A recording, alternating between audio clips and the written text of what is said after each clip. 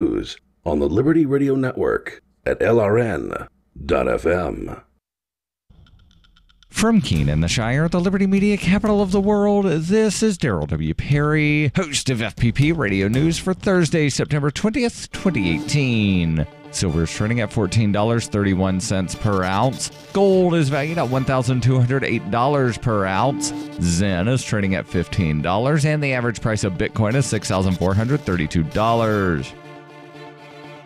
Antiwar.com reports on Wednesday, South Korean President Moon Jae-in and North Korea's Kim Jong-un signed a joint statement on the general improvement of inter-Korean relations, capping off a very successful third summit, which appears to have gotten the denuclearization operations back on track. In addition to denuclearization and peace talk efforts, the two Koreas agreed to found a joint military committee, which will be charged with maintaining communication between the two nations and prevent any accidental clashes. This is potentially a hugely important step as the two nations try to reduce decades of military tensions and negotiate efforts to move their respective forces away from the border as the efforts to negotiate a peace treaty advance. In addition to all the more important efforts, North and South Korea agreed to a joint effort to host the 2032 Summer Olympics. The two nations also agreed to unspecified cooperation during the 2020 Games.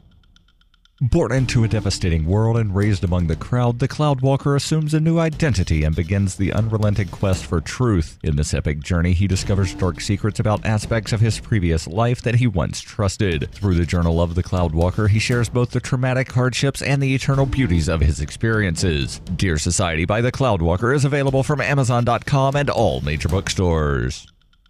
UPI reports the Trump administration is issuing $1 billion in grants to states to provide treatment for opioid addiction, according to the Health and Human Services Secretary Alex Azar. The funding was expected to go to state agencies and community health centers to treat and prevent addiction and gather data on the crisis. Azar announced the grants in an op-ed published in USA Today. Azar wrote, HHS is taking a number of new, unprecedented steps to empower local communities in their fight. These are part of HHS's comprehensive strategy for the crisis, which is grounded in the best science and evidence we have. The grants include provisions to promote the use of medication-assisted treatment, including overdose reversal drug naloxone. Azar said doctors and scientists consider such treatments the gold standard for opioid addiction, citing a 264% increase in prescribing of naloxone since President Donald Trump took office in January 2017. HHS is also pushing telemedicine, the remote treatment of patients using the internet, as a method of treating addiction. Trump declared a national public health emergency over the opioid crisis in October 2017, calling it the worst drug crisis in American history. Some 72,000 people died of drug overdose in 2017, up from an estimated 64,000 in 2016. On Monday, the Senate voted overwhelmingly to approve a sweeping bipartisan bill to fight the crisis, 3 months after the House passed similar legislation. The Senate version of the bill includes more than 70 provisions to treat and conduct research on opioid addiction.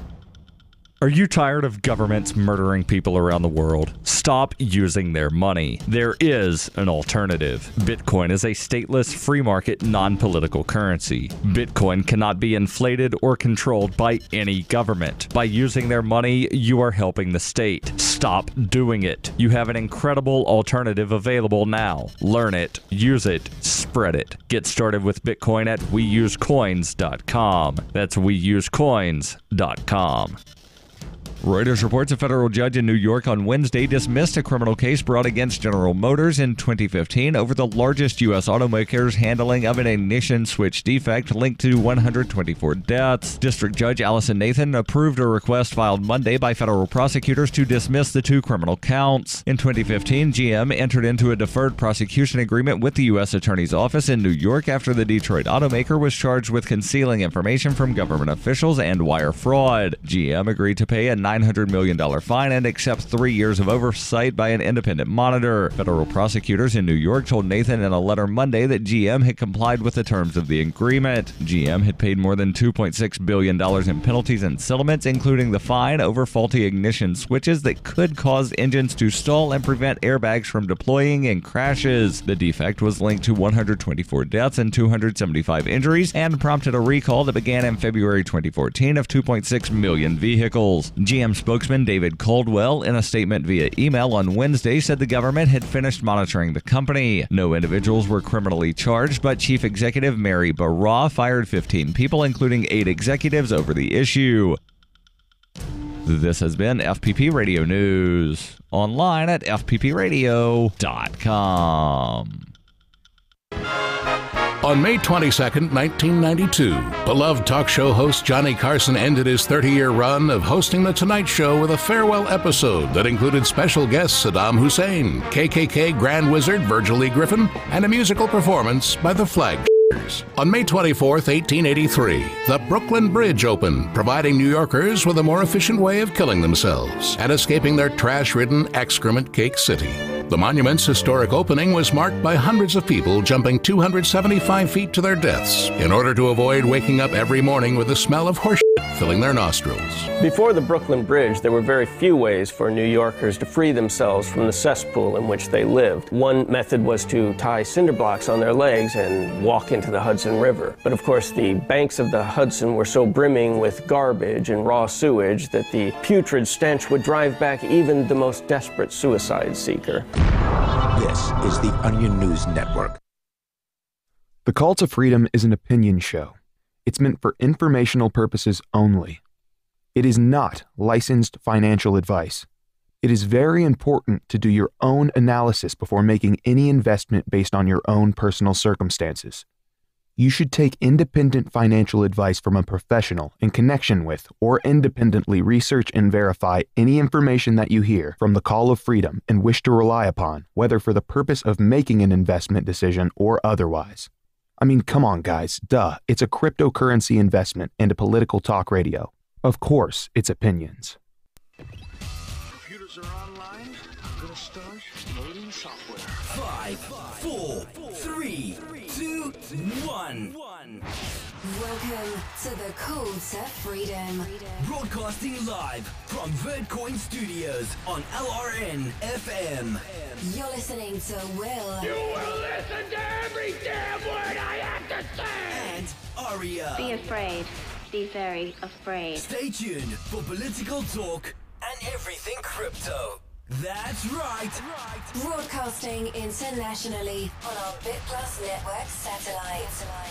This is the Call to Freedom.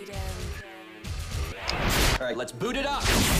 That's right. Welcome into the Call to Freedom here on this Thursday afternoon, broadcasting live on LRN.FM. We are, we got a good show lined up today. We've got the author of The Blockchain Renaissance, known only as the Pittsburgh Hodler. That's his pen name. That sounds like a serial killer. Serial killer of FUD. He's hodling, not holding. Yeah. So the Pittsburgh Holder, certainly that would. Yeah, right. The Pittsburgh Holder sounds like the last guy who made the Steelers roster. Then right. Or the last Steelers fan. And or a child molester instead of a serial killer. Anyway, go ahead. Then we also in hour 3 we have in hour 3 we're going to have Daniel Hakikaju. I have no idea how to pronounce his last name. I call him Danny Hawk because he'd be laying down the truth. His post was the one that got me banned. And oh, by the way, the ban was lifted. On Monday, I shared something that he had to say about the ISNA conference, the Islamic Society of North America conference, that got me banned for hate speech. And that was lifted today. Tom, I want you to post what got Will banned, but replace Islam and Allah with Christianity and God. And we'll see if your 30-day ban sticks. Because I bet yours would stick. I'll probably only get 24 hours because I ain't got no priors, which is kind of amazing when you think about it. Right. But still, yeah. Send it to me in the chat because I'm too lazy to go find it. I'll have to go to his page and wow. mobileabc.net.au. This is like crazy looking the way that they've. There is big news about the 3D printing gun dude. Yeah. I figured that'd be libertarian drama. Speaking of child molesters. Oh, no, we got better libertarian drama. We got lots of libertarian drama this week, yeah. So, and we're going to create some tomorrow. No, we're not. Nobody's going to be here tomorrow. Because I'll be busy creating it. Busy creating it. So, yay. So Monday's going to be fun. Yes, Monday will be. The first story that I brought in, and this is because I actually worked for this guy a few years ago. Imran Khan has vowed to grant Pakistani citizenship to 1.5 million Afghan refugees.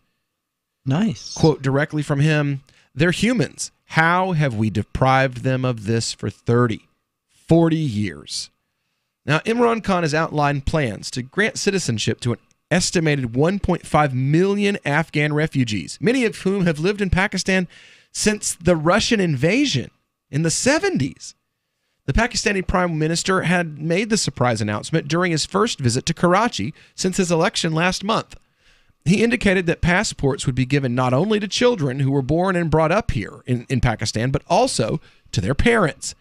However, following a backlash, he later appeared to row back on the plan, saying that he raised the issue of refugee citizenship just to initiate a debate, and that no decision had been made or finalized.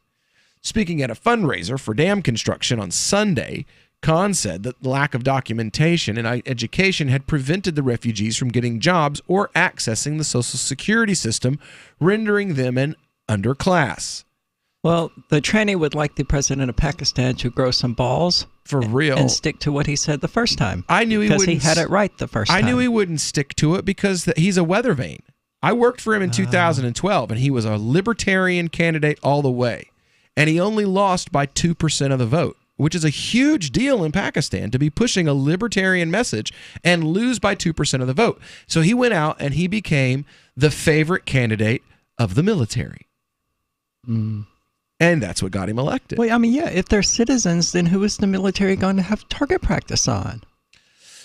So if you're wait, this is Pakistan, not Israel. If you're born in America, you get an American passport. Happens in all the countries around the world, so why not here? Those Afghans whose children were born here and have grown up in Pakistan, we will also, God willing, get passports for them. Why are they treated without dignity? They're humans. How have we deprived them for 30, 40 years? And that's the other thing, is, see, for Pakistani Muslims, when they're like, hey, we're going to treat Afghans like humans, for them to be like, astaghfirullah, man. Pakistanis are usually the most judgmental, out of this world, insane when it comes to the religion. Well, I mean, when it comes to how long your pant legs are. So they're like Southern Baptists of Islam. Yeah, they're definitely Southern Baptists of Islam. But they're all about the Jesus stuff. They're until, Alabama Southern Baptists of Islam. Yeah, until you want to move refugees to them and grant them citizenship, at which point they're like, oh, wait, that Jesus stuff, it doesn't apply here. Yeah. When Jesus said love your neighbor, that wasn't a suicide pact. Wait, what? You do realize that was exactly my facial expression. You do remember expression. they murdered him, right? Like, and he let them. You do remember that, right? Yeah, he wasn't like, God powers go. That was a part of the story. And he rebuked one of his apostles who tried to save him. He did. He was like, yeah. Well, yeah, and he healed the dude that the apostle injured. Yeah. But Paul, I'm sure Paul like, probably said the opposite at some point. So, you know. Tom makes fun of Christianity more than I ever could. All those things all those things that Jesus and Peter did. It's a miracle. You know, just ignore those, because Paul had an opinion. Yeah. You know, Peter and Jesus, what they said, we got to ignore that because, well, Paul said to do it this way. Yeah, you know, I've always meant to look more into that because Peter was supposed to be the church upon which, the rock upon which the church was built. That's correct. But then it became Paul. Yeah. That's the reason why I don't know the history of that. 2/3 of the New Testament is written by Paul, not Peter. Yeah. What's Peter and Paul didn't like each other in their life. No, they didn't like each other at all. They hated each other. But that's part of what's so, don't want to get too far down this tangent, but since we're on the subject, that's part of what is so great about the New Testament in particular, from a Christian perspective, is that you had all these individuals who were at odds. Like they genuinely believed different things, had interpreted Jesus' words different ways, and somehow the guy who never met Jesus was the one that we ended up with. Well, somehow they all managed to wasn't... write things that are in concert with each other, that are in harmony. I mean, that's what we have as the Christian canon. But we don't have what. But Peter... the Paul who wrote the larger portion of the New Testament was not the disciple Paul. There was no disciple Paul. There is no disciple Paul. Oh, there was. The apostle Paul was the apostle to the Gentiles, and that's what was unique about him, and that's why he's the one that said was. even though Jesus said that the law doesn't disappear just because he came, he's the one that was like, "Hey, Romans, I want you to accept this religion. So all the things that you do that our religion, that the religion says not to do, we've decided you can do now." Now, Jesus except the butt stuff. That's not okay. Jesus never actually said this. Oh no, that's in Song of Solomon. Anyway, we'll be back with more on this refugee debate in a little while. Lord knows I know now. What do you shop for that you could otherwise buy at Amazon? Pretty much everything, right? Amazon has competitive pricing and they deliver, and that's a big plus. If you could plan ahead in your shopping, would you be interested in saving up to 33%? There's a catch. You have to do your shopping in Bitcoin, but imagine those savings. It's like a huge raise. All you have to do is go to saveitpurse.com. We've saved thousands, and you can too. Plan ahead and save. SaveItPurse.com. Take the Field's mission is to inform baseball players that physical activity is nothing to be scared of, that a little bit of running can be fun. Now, Rebecca, this obesity problem is nothing new. Well, right. There is a culture of obesity in baseball that has been around for years. I mean, coaches even sub in healthy pinch runners instead of encouraging their overweight players to hustle, depriving them of the only cardiovascular exercise they might have a chance to get. And a lot of these athletes have been playing baseball since they were kids. Well, right. So they might have never learned any healthy habits. Baseball is fine in moderation, but many of these men spend over 200 days a year playing it, and that adds up. The program encourages players once an hour to take a 15-minute break from baseball to do something active, like go up and down some stairs, go for a walk, or play some basketball. All right, well, thanks, Rebecca. If you're a baseball coach and you're worried about your players' health, go to takethefield.gov for a list of healthy activities and nutritious snacks. Coming up next, does America brains get worse hearing words correct? This is the Onion News Network.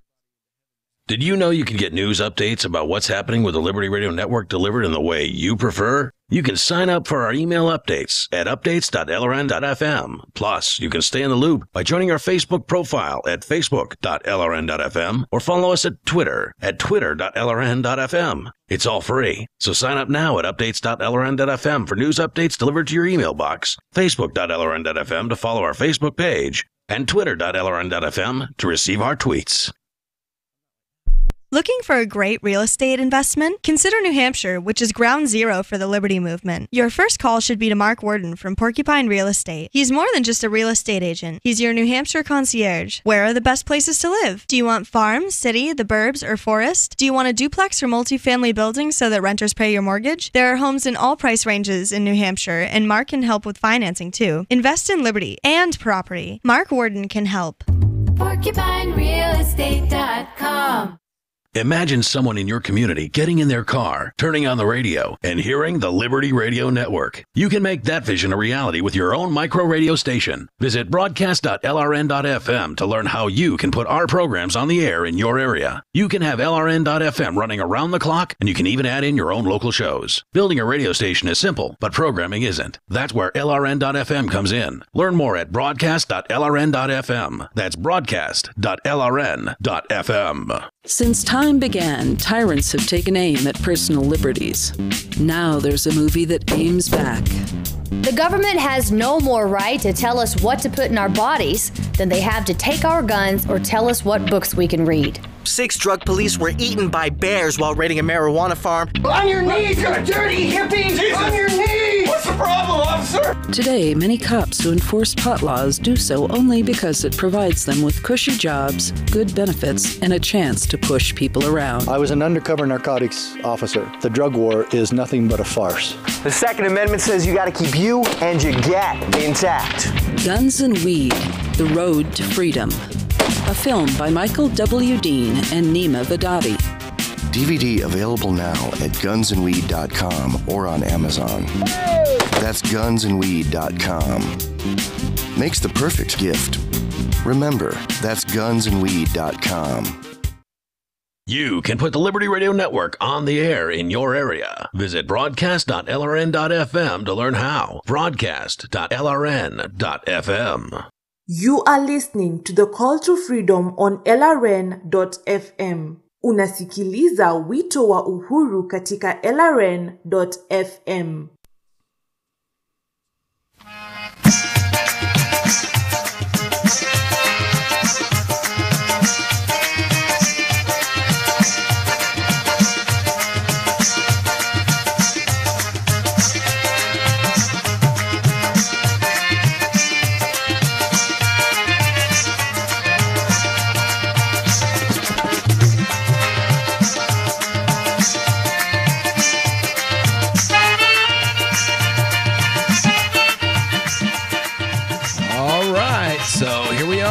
Again, back here on the Call to Freedom on LRN.FM.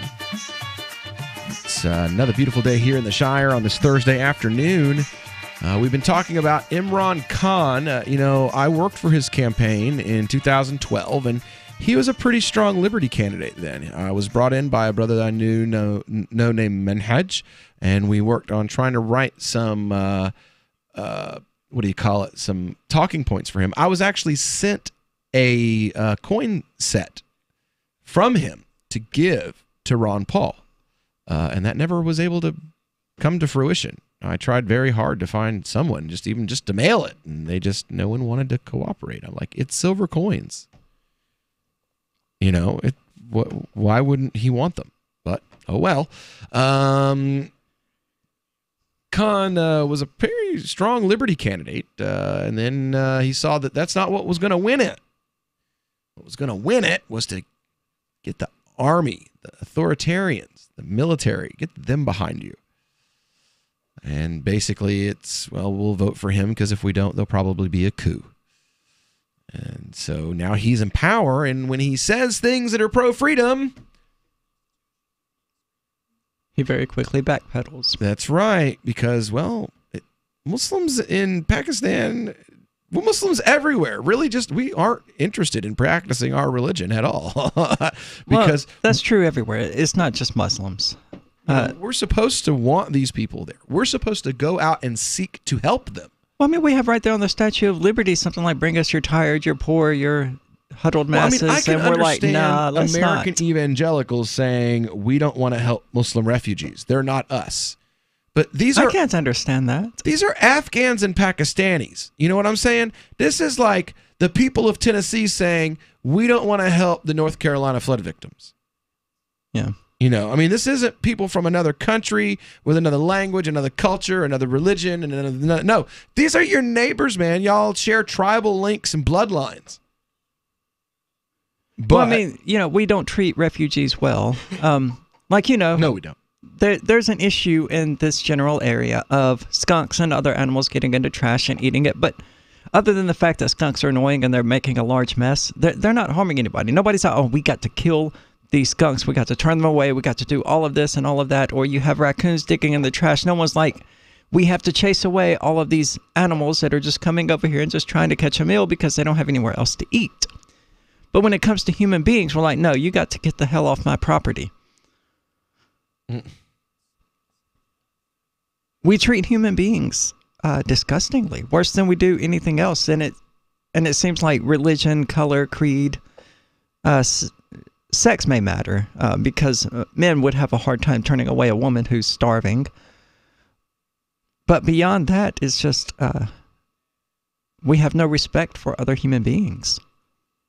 No, not at all. And it's not, like you said, it's not just the Muslims, it's everybody. We as a human race, as a people, as humanity have kind of lost our ability to be human in the last 100 years. We got people celebrating the detention of children in facilities in the United States. It's like, this is the way to do it. I'm like, you got people celebrating immoral. The bombing of UN Girls School in Palestine.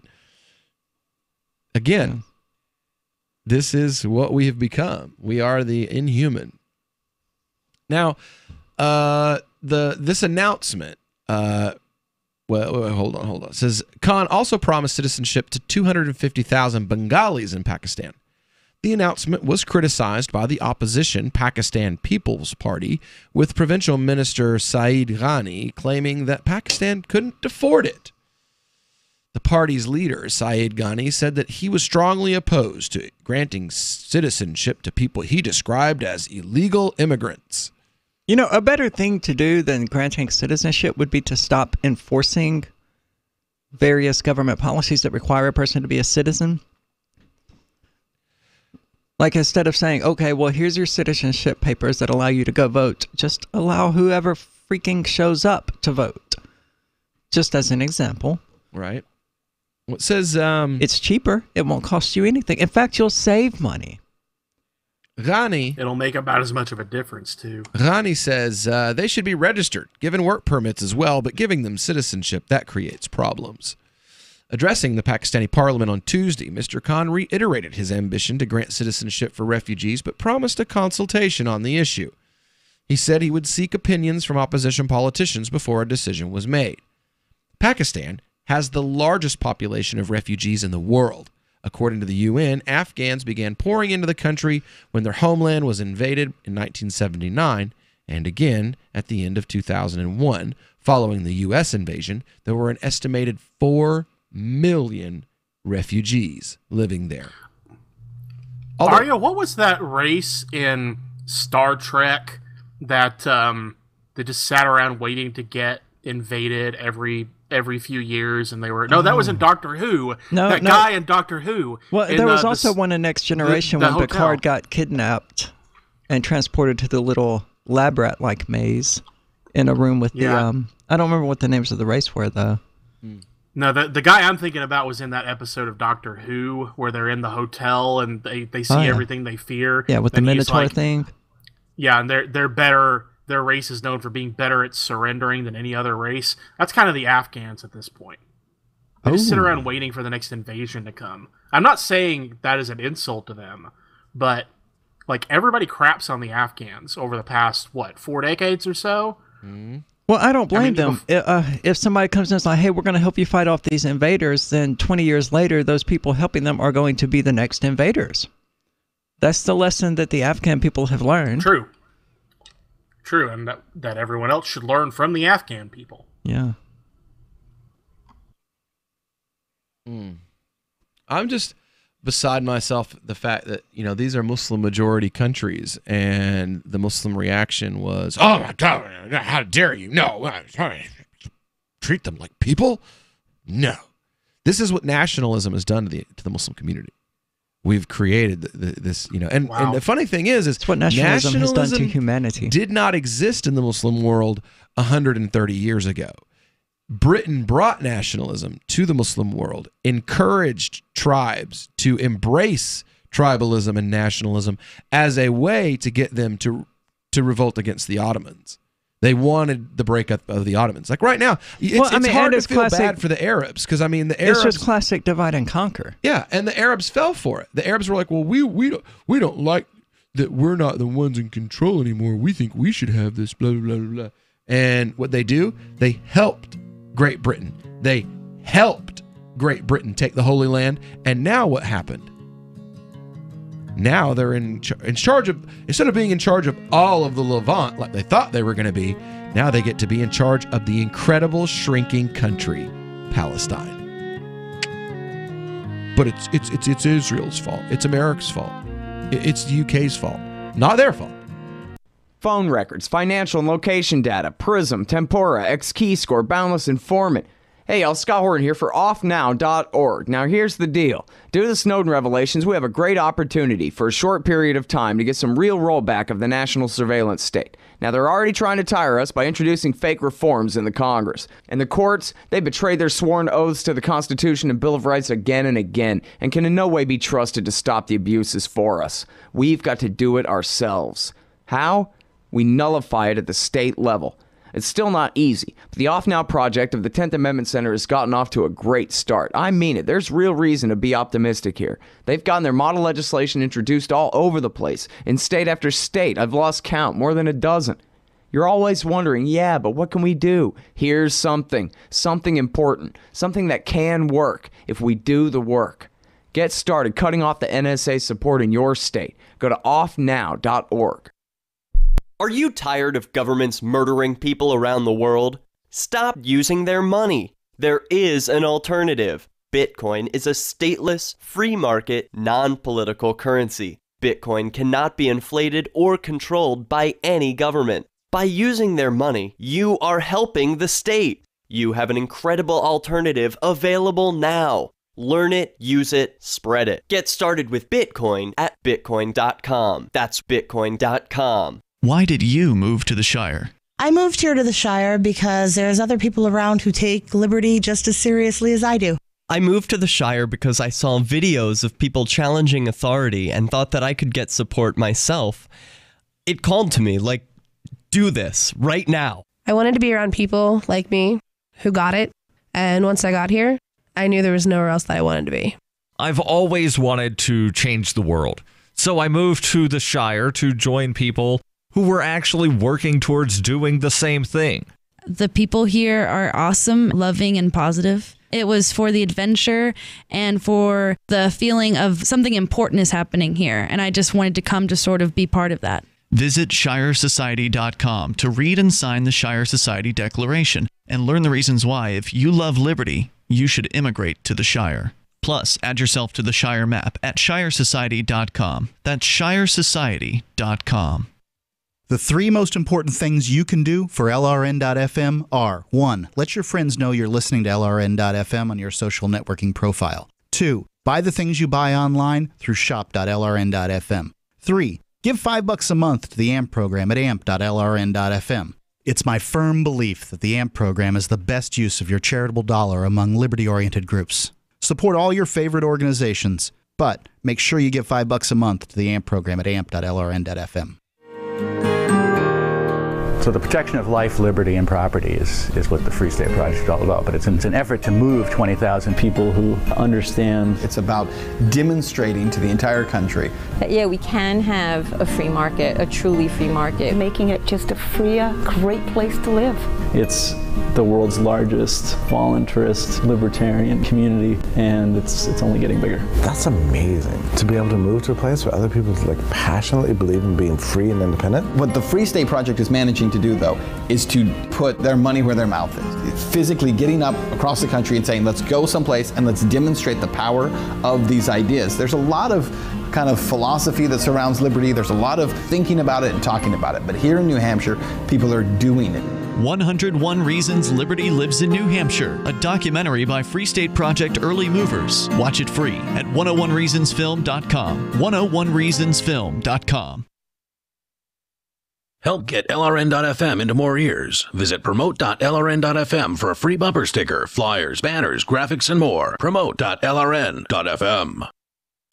You are listening to The Call to Freedom live on LRN.FM.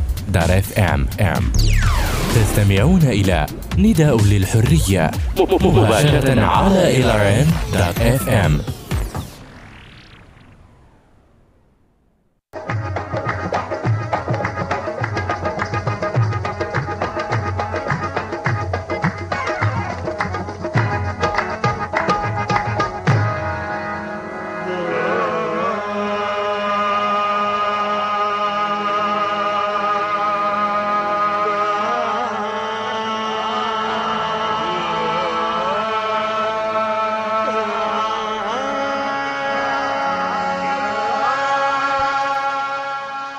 Welcome back into the Call to Freedom here on LRN.FM.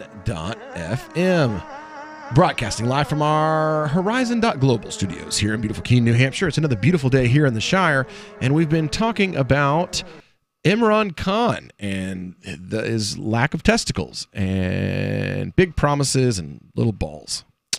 So let's see here. What's going on in Pakistan right now? Well, it turns out Pakistan's got more refugees than any other country on earth. Why? Well, because Russia and the U.S. have been using all of their neighbors as a place to test their new weapon systems. Pretty much. Now, although many have returned, the UN Commission for Refugees has said that there's more than 1.4 million registered refugees in Pakistan, with about 1 million of those being second and third generation. So, born and had kids. Yeah, I mean, they're no longer refugees at this point. They shouldn't be. I mean, they're people who are living there. Yeah, so they shouldn't be. Make peace with it. Other estimates put the total number of Afghans as high as 2.5 million, and that's just Afghan refugees, including 600,000 to 1 million unregistered refugees. Around 60% were born in Pakistan, suggesting that about 1.5 million refugees would benefit from the citizenship proposal. Prime Minister's announcement relieved concerns that Pakistan planned to deport refugees back to Afghanistan. Earlier this year, the government extended Afghans permission to stay for just 60 days instead of the recommended 5 months. Relations between the two countries has been deteriorating after the Taliban mounted a series of attacks across the border. I wonder if that could have anything to do with the fact that that Pakistan allows the U.S. to run its sorties out of Pakistan. Well, we don't want the Taliban attacking us. Well, then stop letting America run drone strikes out of your country. And in your country. Yeah, what a brilliant idea there. Human rights activists welcomed the announcement. Pakistan has been host to one of the largest refugee populations in the world. Granting citizenship to those eligible seems to be a logical next step, both legally and morally, says Sarup Ijaz, a representative for Human Rights Watch. This move is an important first step to ending the discrimination faced by refugees and migrant communities. Mr. Khan also said that undocumented immigrants from Bangladesh would be given passports. It's estimated that there are 2 million living in Pakistan as of 2012. Again, 7 years ago, 6 years ago. So I'm sure there's been some kids born since then. But there you have it, folks. Imran Khan basically saying he'll do something and then immediately afterward, done. Yeah. I mean, it's kind of like American politics, really. They say something grand that sounds like maybe a decent idea, or not an awful idea, and then it gets walked back from, bipartisanism until it's just this cluster freak of, bad ideas, bad policies. Instead of everybody getting a little bit of what they wanted, nobody gets anything of what they wanted, and the only thing that really happens is that state power gets increased, and the ordinary people just kind of get screwed over in the process. I mean, does anybody blame the unregistered Afghan refugees? Because I don't think I would register as a refugee in a country that was, hosting my people for 30 or 40 years and not granting them citizenship. Were they even allowed to seek citizenship? No. Nope. See, that's even worse. So it wasn't even like the government didn't give it to them. There was not even an opportunity. Yeah, like even if you're born in Pakistan, you're not a Pakistani. So what is their basis for citizenship then? You're Pakistani.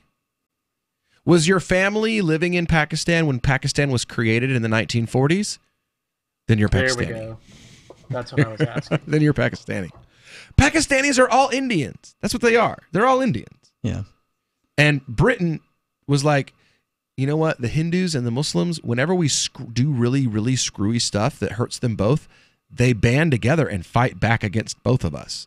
So what we need to do is figure out a way to put a border between them and get all the Muslims in India to go to their own area and leave India, and we'll create another country, and then we can just and we'll give both of them nukes, and then they can just war over that border forever and never worry about what we're doing to them. You should play Kashmir when we go out to break. Yeah, that'll get us flagged, though. Surely there's a remix of it. I don't know. There's I would a have to look gazillion for it, remixes which would require you guys to do all the talking. That's true. And I don't know Heck, about that. there's been dozens of remixes of Kashmir just between India and Pakistan themselves. Right. Yeah, but we can't play those on the air. Right. Oh my God, they did Kashmir Gregorian chant. Oh wow. Right. Because we needed that. Anyway, moving right along. I certainly do. I certainly need it like right now. Yeah, Right? same here, you know. If there was a way to make the Led Zeppelin song better, that would probably be one of the ways of doing it. If they could have gotten some Gregorian monks, I'm sure that Robert Plant and Jimmy Page would have done it themselves. Touche. So you think the monks- America is the monks were bad? like, You "We're think not all about you think Facebook is bad? Try China. See, China is currently building a digital dictatorship to exert control over its 1.4 billion citizens. For some, social credit will bring privileges, and for others, oh goodness, for others, sounds awful. It will bring punishment. This is a literal. I've heard about this. I want to make sure everyone knows we're not just reciting the plot to that one episode of Black Mirror. This is real. Is a very much Chinese modern woman. A marketing professional, she's diligent and prosperous, and in many ways, she's a model Chinese citizen. But Dan is being watched 24 hours a day. So how many times do you have to post that you love the Chinese government to get an extra loaf of bread? And a vast network of 200 million closed-circuit TV cameras across China ensures that there's no dark corners in which to hide. Oh, like the UK. Every step she takes, every one of her actions, big or small, even what she thinks can be tracked Like and the judged. UK. Or like in America. Or like anywhere. Dan says that's fine with her. But what may sound like a dystopian vision of the future is already happening in its making and breaking lives. The Communist Party calls it social credit and says it will be fully operational by 2020. Within years, an official party outline claims that it will allow the trustworthy to roam freely under heaven, while making it hard for the discredited to take a single step. Wow. Right. If you want to know more about the dystopian future that we're looking at in China, stick around. We'll be back with a lot more on this story right after this.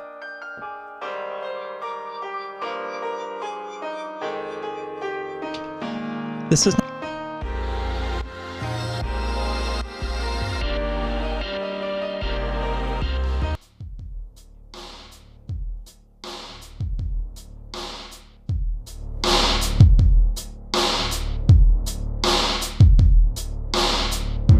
By request from Aria.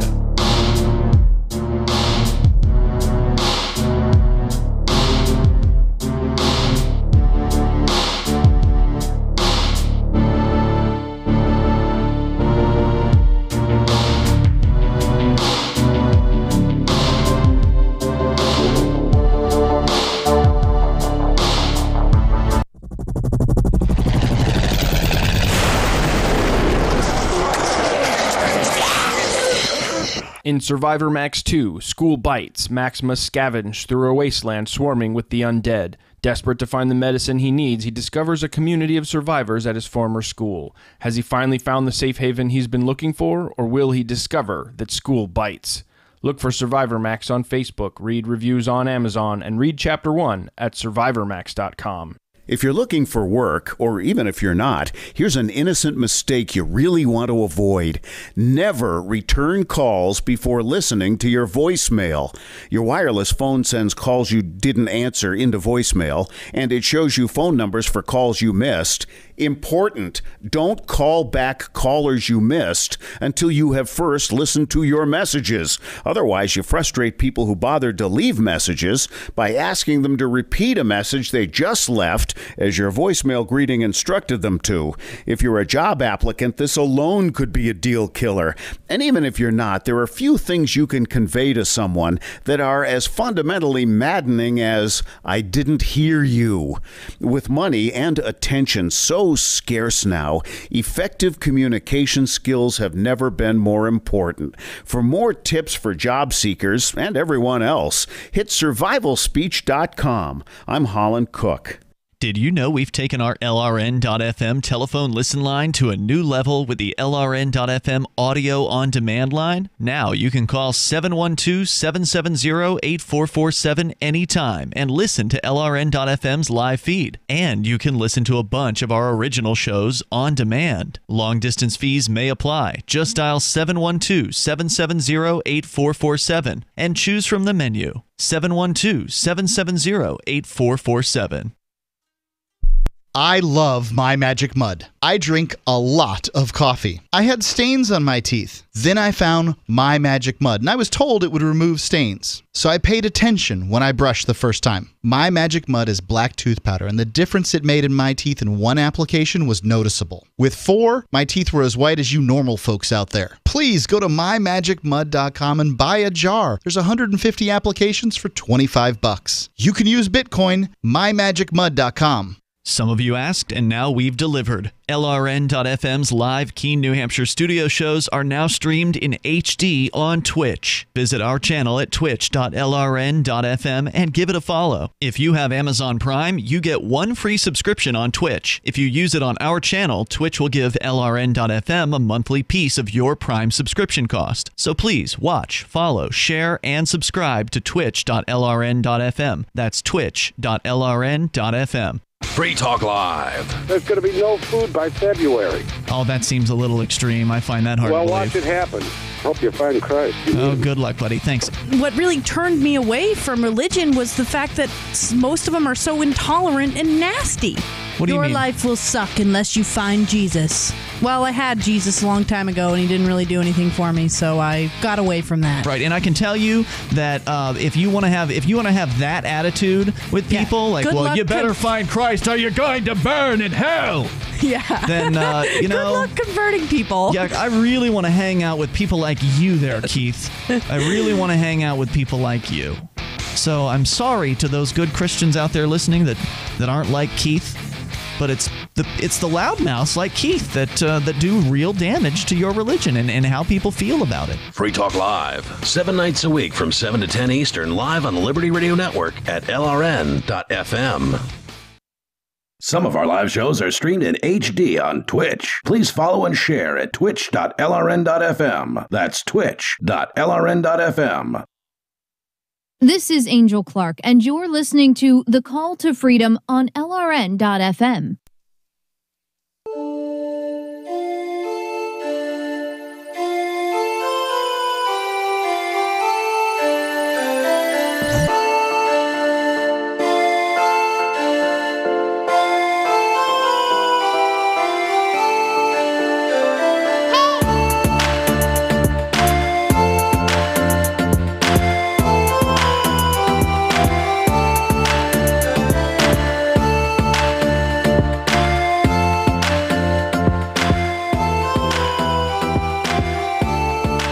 Welcome back to the Call to Freedom here on LRN.FM. We are broadcasting live from the Horizon.global studio, and we are currently discussing China's new draconian socialist policy of granting people social credit and granting them free movement as a sort of reward for that. Free movement sounds great until you understand that they're not giving it to everybody. Yeah, it sounds really scary. It's like a personal scorecard for each of China's 1.4 billion citizens. In one pilot program already in place, each citizen has been assigned a score out of 800. In other programs, it's 900. Those, like Dandan, with top citizen scores, get VIP treatment at hotels and airports, cheap loans, and a fast track to the best universities and jobs.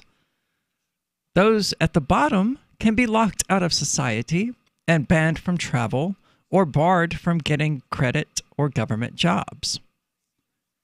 The system will be enforced by the latest in high-tech surveillance system as China pushes to become the world leader in artificial intelligence. Surveillance cameras will be equipped with facial recognition, body scanning, and geo-tracking to cast a constant glaze over every citizen. Smartphone apps will be used to collect data and monitor online behavior on a day-to-day basis. Now, this actually reminds me quite a bit of a dystopian novel that I once started, and is one of many abandoned projects that I've left behind, which was this idea of, these devices that people wore at all times, very similar to phones, except they were wearable, like smartwatches, except they weren't actually watches. They did still call them watches, but it was just kind of a carryover from past when people did use them to tell time. And it did exactly this, in fact. And that's what I'm finding scariest about this article, is that, it sounds like some modern version of 1984, only China is like, hey, we're actually going to do this. We're actually doing this. Big data from traditional sources like government records, including educational and medical, state security assessments, and financial records, will be fed into individual scores. Trial social credit systems are now in various stages of development in at least a dozen cities across China. So it's like Facebook, only in real life. Yeah. I mean, basically, it's like Facebook, only in real life. If successful, it will be the world's first digital dictatorship. I can't argue with that. Having, we could have that here in the United States just as easily by having Facebook just simply begin working with government more than they already are. Partnering with government, in effect. Or Google and Facebook combined to do it. Between Google, Facebook, and Apple, they would be able to tell the government everything the government needs to know in order for the state to institute in the United States what is being instituted in China. I can't hear Tom. Tom, are you there? I'm here. Yeah. Oh, okay. I thought Tom was talking. I thought Tom was responding to you. I'm just sitting like, I can't hear Tom responding. Well, we have that here in America. It's just not on camera yet. Yeah. Right now, everything that you do online is tracked. Oh, for sure. Your phones are all tapped. Tom, your phone's tapped. You have a file. Why? Because you know me. Well, if you use Signal... Well, I haven't exactly been an angel myself. Right. If you use Signal, you can make end-to-end encrypted calls, and that's what I would recommend people to do. Yeah. But other than that, yeah. Even then, I hear Signal has a backdoor. The feds have a backdoor in Signal. Really? Mm-hmm. That's what I've heard. Well, there's always Telegram. Or, what is the other one? Line? No, it's not Line. Is it Line? I don't know. Couldn't tell you. Only Wire. That was the other Wire, yeah, there we go. Well, and then there's also... I don't know if you can make calls with it. Who was it that used to sponsor the show? Oh, we should know that. Yeah, I know. I only read their advertisement every day for 90 broadcasts. Cryptvisor. Yep, that's it. .network. Yeah. So, there are solutions for getting around government and corporation encroachment in our personal lives, but it's going to take a lot of steps that the average American isn't willing to take. You're going to have to change your browsing habits. You're going to have to install an ad blocker, NoScript, Ghostery. You're going to have to control what you post to Facebook, what you don't post to Facebook. Same with Twitter. You're going to have to control what you email to people because, yes, Google reads your emails. Yes, they do. And they keep your passwords. Isn't it convenient that Google keeps your password? Well, they have the Google Password Manager. So that I don't use any of that. So that when the feds want all your passwords, Google's like, oh, well, we've got them. They're all right here. Well, are they not stored to your... Oh, yeah, but it's cloud synced, isn't it? It goes... For convenience. I can get into any of my accounts on this computer that I can on my laptop, that I can on the home computer. Having Google Chrome, it just follows you wherever you log in. Once you log into Google Chrome, all of that is right there. Yeah, if you want to control your privacy and keep Facebook and Google and Apple from, monitoring you and eventually turning that information over to the state. You can't use services like that. You can't use computers, just pretty much. Somewhere you're being tracked. You can, but it's extremely difficult. You have to disable all sorts of services running in the background on Windows. Oh, yeah, Windows is like built. Yeah. I mean, Windows 10 in particular, that's why it was free. They were like, okay, well, people aren't buying our operating systems anymore, so we'll do what web browsers have done, and we'll simply, make it monetize free people's and monetize use their habits. value. Yeah, their use habits. Exactly. We can just find out what they're searching for, what their interests are, where they live, what weather they like, and all of that, and we can just start targeting them specifically with ads, and we can sell our customers to these advertisers. And I mean, that's the general rule of free software in general. Like all of these free games on the app stores. My God. If they're not loaded with ads, then they are studying you so that someone else can load you with ads. And like Verizon, AT&T, they install a cookie onto your phone that you cannot delete. And even if you do manage to root your phone and successfully delete it, it will recreate itself as soon as you reconnect to their network. And of course, Verizon, AT&T, and I believe Sprint has joined in on the party, are monitoring every website you go to, everything you're interested in, every app you download. Well, Jesus Christ, I got flagged for copyright. Yeah. By my service provider is like, so you downloaded something you're not allowed to, and I'm like, well, wait. First of all, why are you watching what I download as a like? What do you do? Like, why are you spying on me? And second of all, it was a mod. Stupid. Yeah. But they don't care. No, they don't. No, they're not. They don't care. They're just like, do it again. I'm like, what do you mean, do it again? You shouldn't be spying on me to start with. Yep. What the hell is wrong with you? But I mean, they have the monopoly power to do that. I mean, it's not like you can just go, okay, well, I'm going to go to a different company. What different company? It reminds me of that South Park episode with the cable companies and how they're just leaning back, fingering their nipples as they hear about everyone's suffering. They're like, oh, yes, tell me how awful it is. Yeah. Oh, South Park, man. It's an endless treasure trove of bad ideas. So, this is coming to America in the next decade, right?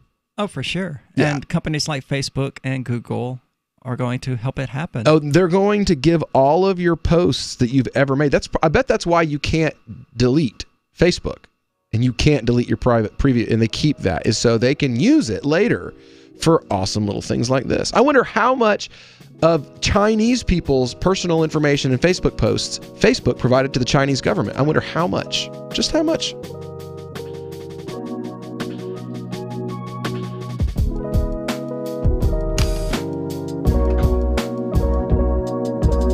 Well, stay tuned. We'll be right back with a guest who is known as the Pittsburgh Hodler for this crypto hour. So stay tuned here on LRN.FM.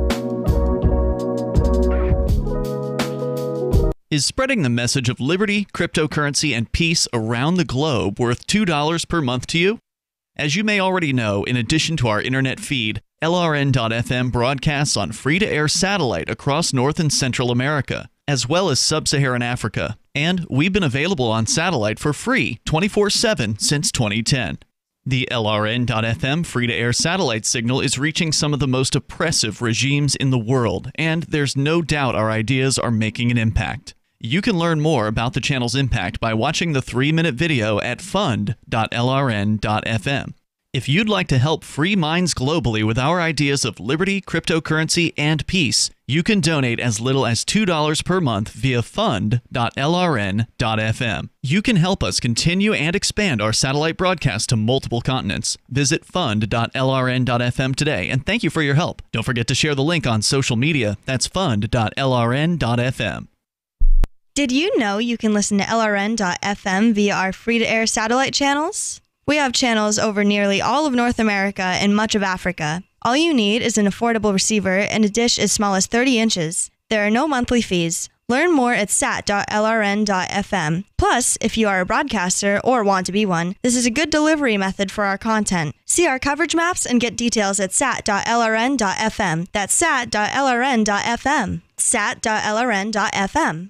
So you've signed the Shire Society Declaration and are planning your move to New Hampshire to be around more liberty-oriented people. Next, sign up for the Shire Society Forum at forum.shiresociety.com. There are a bunch of people there who are already in the Shire, and they want to meet you. If you're already in the Shire physically, you should also come by the forums. Remember, not everyone uses Facebook. New people are signing up for the Shire Society Forum every month, so drop in and say hello at forum.shiresociety.com.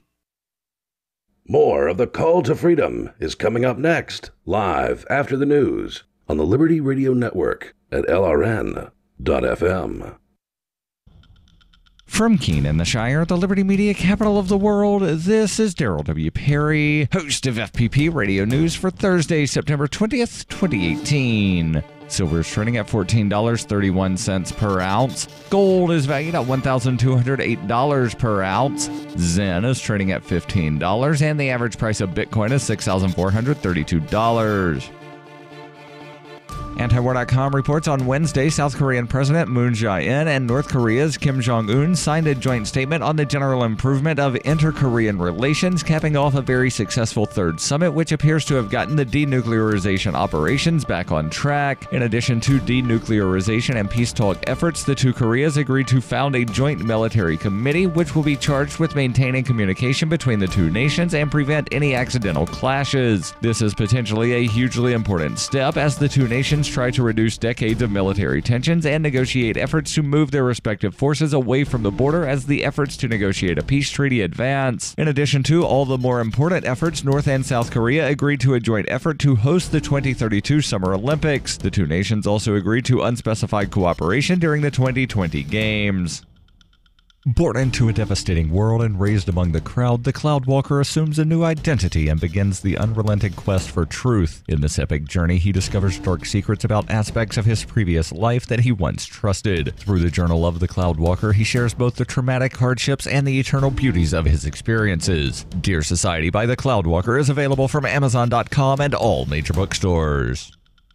UPI reports the Trump administration is issuing $1 billion in grants to states to provide treatment for opioid addiction, according to the Health and Human Services Secretary Alex Azar. The funding was expected to go to state agencies and community health centers to treat and prevent addiction and gather data on the crisis. Azar announced the grants in an op-ed published in USA Today. Azar wrote, HHS is taking a number of new, unprecedented steps to empower local communities in their fight. These are part of HHS's comprehensive strategy for the crisis, which is grounded in the best science and evidence we have. The grants include provisions to promote the use of medication-assisted treatment, including overdose reversal drug naloxone. Azar said doctors and scientists consider such treatments the gold standard for opioid addiction, citing a 264% increase in prescribing of naloxone since President Donald Trump took office in January 2017. HHS is also pushing telemedicine, the remote treatment of patients using the internet, as a method of treating addiction. Trump declared a national public health emergency over the opioid crisis in October 2017, calling it the worst drug crisis in American history. Some 72,000 people died of drug overdose in 2017, up from an estimated 64,000 in 2016. On Monday, the Senate voted overwhelmingly to approve a sweeping bipartisan bill to fight the crisis, 3 months after the House passed similar legislation. The Senate version of the bill includes more than 70 provisions to treat and conduct research on opioid addiction.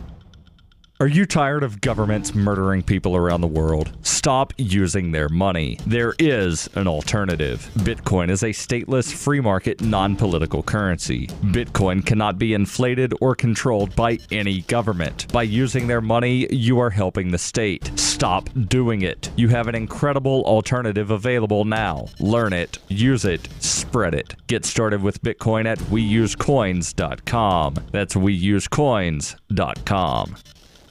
Reuters reports a federal judge in New York on Wednesday dismissed a criminal case brought against General Motors in 2015 over the largest U.S. automaker's handling of an ignition switch defect linked to 124 deaths. District Judge Allison Nathan approved a request filed Monday by federal prosecutors to dismiss the 2 criminal counts. In 2015, GM entered into a deferred prosecution agreement with the U.S. Attorney's Office in New York after the Detroit automaker was charged with concealing information from government officials and wire fraud. GM agreed to pay a $900 million fine and accept 3 years of oversight by an independent monitor. Federal prosecutors in New York told Nathan in a letter Monday that GM had complied with the terms of the agreement. GM had paid more than $2.6 billion in penalties and settlements, including the fine over faulty ignition switches that could cause engines to stall and prevent airbags from deploying in crashes. The defect was linked to 124 deaths and 275 injuries and prompted a recall that began in February 2014 of 2.6 million vehicles. GM spokesman David Caldwell, in a statement via email on Wednesday, said the government had finished monitoring the company. No individuals were criminally charged, but Chief Executive Mary Barra fired 15 people, including 8 executives, over the issue. This has been FPP Radio News. Online at fppradio.com.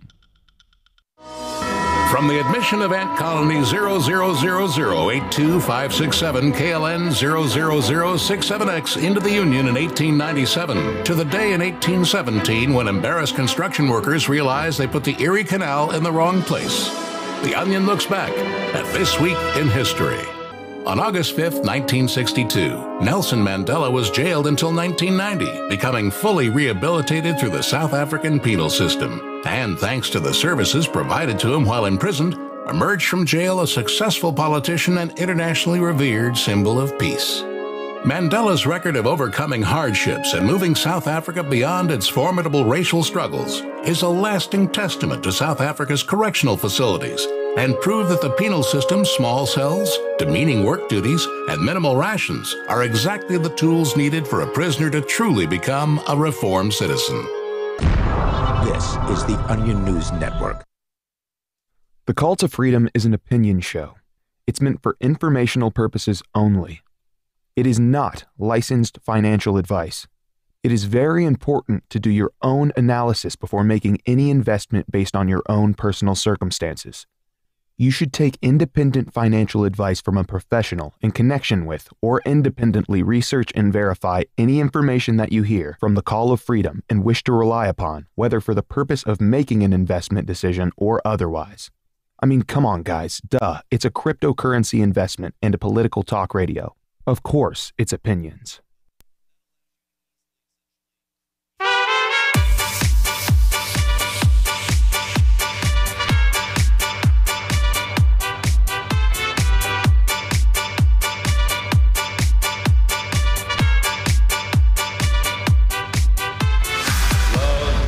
Is a burning thing, and it makes a fiery ring. Bound by wild desire, I fell into a ring of fire, fire, fire, fire, fire, fire, fire, fire, fire, fire, fire, fire, fire, fire,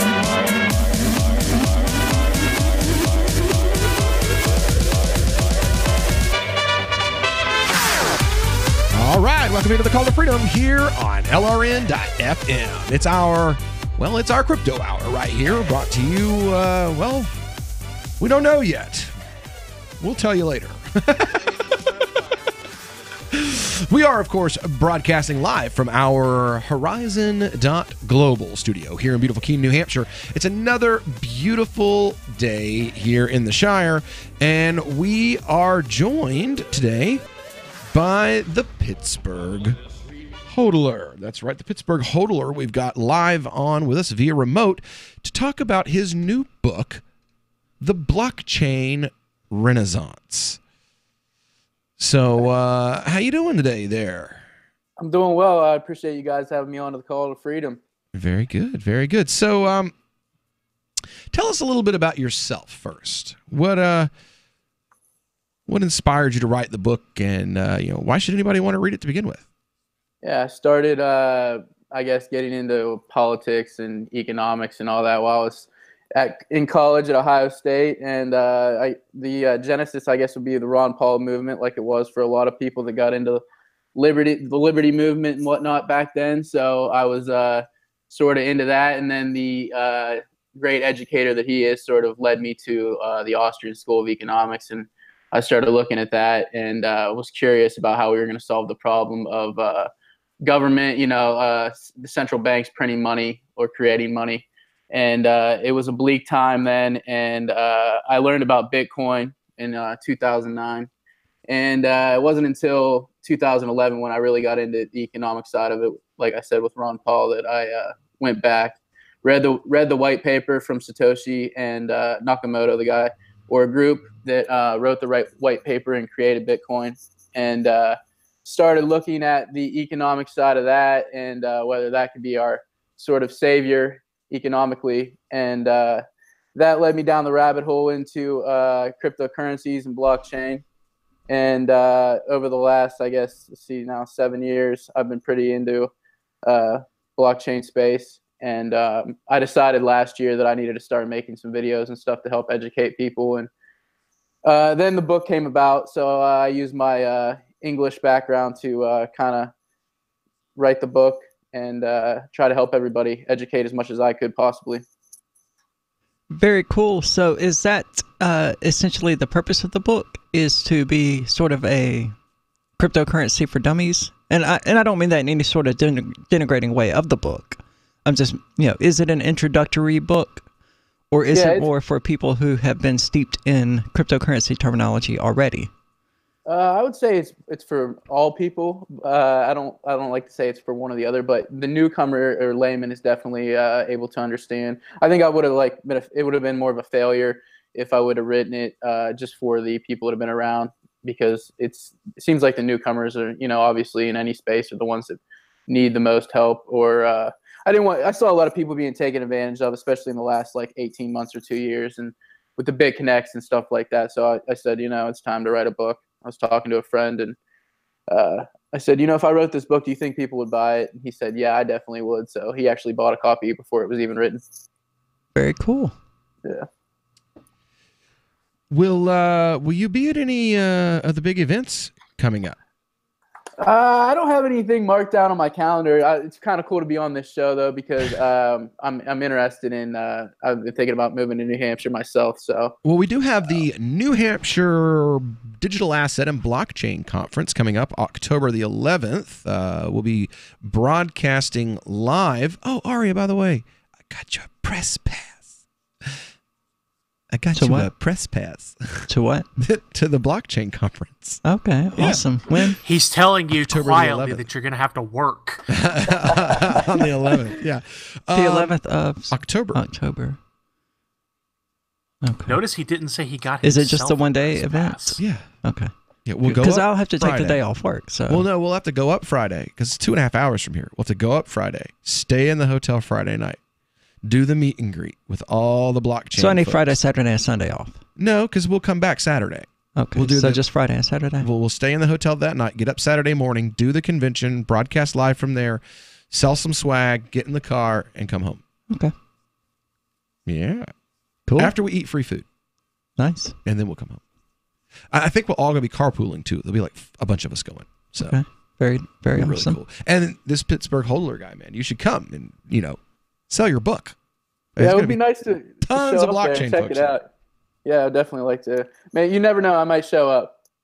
So That would be that's pretty cool. that's the Blockchain Digital Asset Conference, the New Hampshire Blockchain and Digital Asset Conference. It's put together by the Satoshi Roundtable and Chainlink, which is Bruce Fenton's groups.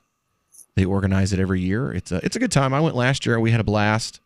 Well, it's got to be better than Ripple's. Well, anything is better than Bill Clinton giving the keynote. Right. Yeah, and Snoop Dogg performing it in the intro or whatever. So. No, Snoop Dogg's performing at Ripple? No, Snoop Dogg, they had him out there a month or two ago promoting Ripple too. So it's kind of like the celebrity coin, I guess, right now. For real, yo. The Did they fake not coin. learn anything from BitConnect? Yeah. And that other one, what was the other one? I don't know, The because I'm Bitcoin trying to with figure two out whether or eyes? not Snoop Dogg and Bill Clinton got high together. I'm not sure they were actually at the same event, but that would be pretty. It probably happened if they were. I'm sure. So do you have any kind and then of go chase after girls with big butts? Right. Do you have any kind of a tech or a coding background? No, I mean, I've just been really interested in technology my entire life. I'm not a coder or developer, so I look at it more from, you like buttons and flashing lights and money. Yeah. Yeah, that's me too. I like, you're lucky I can send email. That's the beauty of this show. See, like, I'm the dummy that, like, the only person who knows less about what's going on during crypto hour than me is Tom, and that's why you never hear his voice for the next hour. Hey. Now, but I know more about technology than you do. That's true. I don't ever message you and being like, could you copy and paste this into the chat, in a chat on the same thing where you're telling me to copy and paste something into the chat? Oh, yeah, did I? That's a thing Will does. Yes, Oops. you did. Yes. Oops. Could you copy and paste this in this chat room that I'm already in because I don't realize that I'm here? Yep. You totally did that. Yeah, that sounds like a me thing to do. But that's a Joe. That's I'm the whole point is like we want to bring crypto to Joe Sixpack, and that means people as dumb as me. So that's the point. So anyway, when we get back here, we're gonna have more with the author of the Bitcoin Renaissance. This is the Pittsburgh Hodler joining us live via remote. So when we get back here, we're going to continue on with this discussion of his new book. We're going to find out a little about what's in it and see if you guys out there want to go and buy it. We get back here on the Call to Freedom on LRN.FM.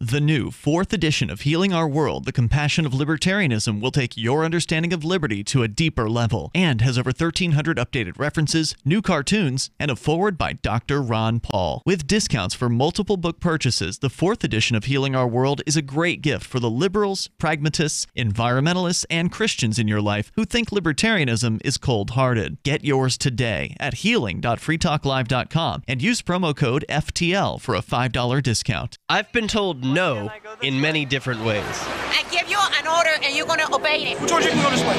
You can't do that and you have to leave here. You cannot bring signs into the rally.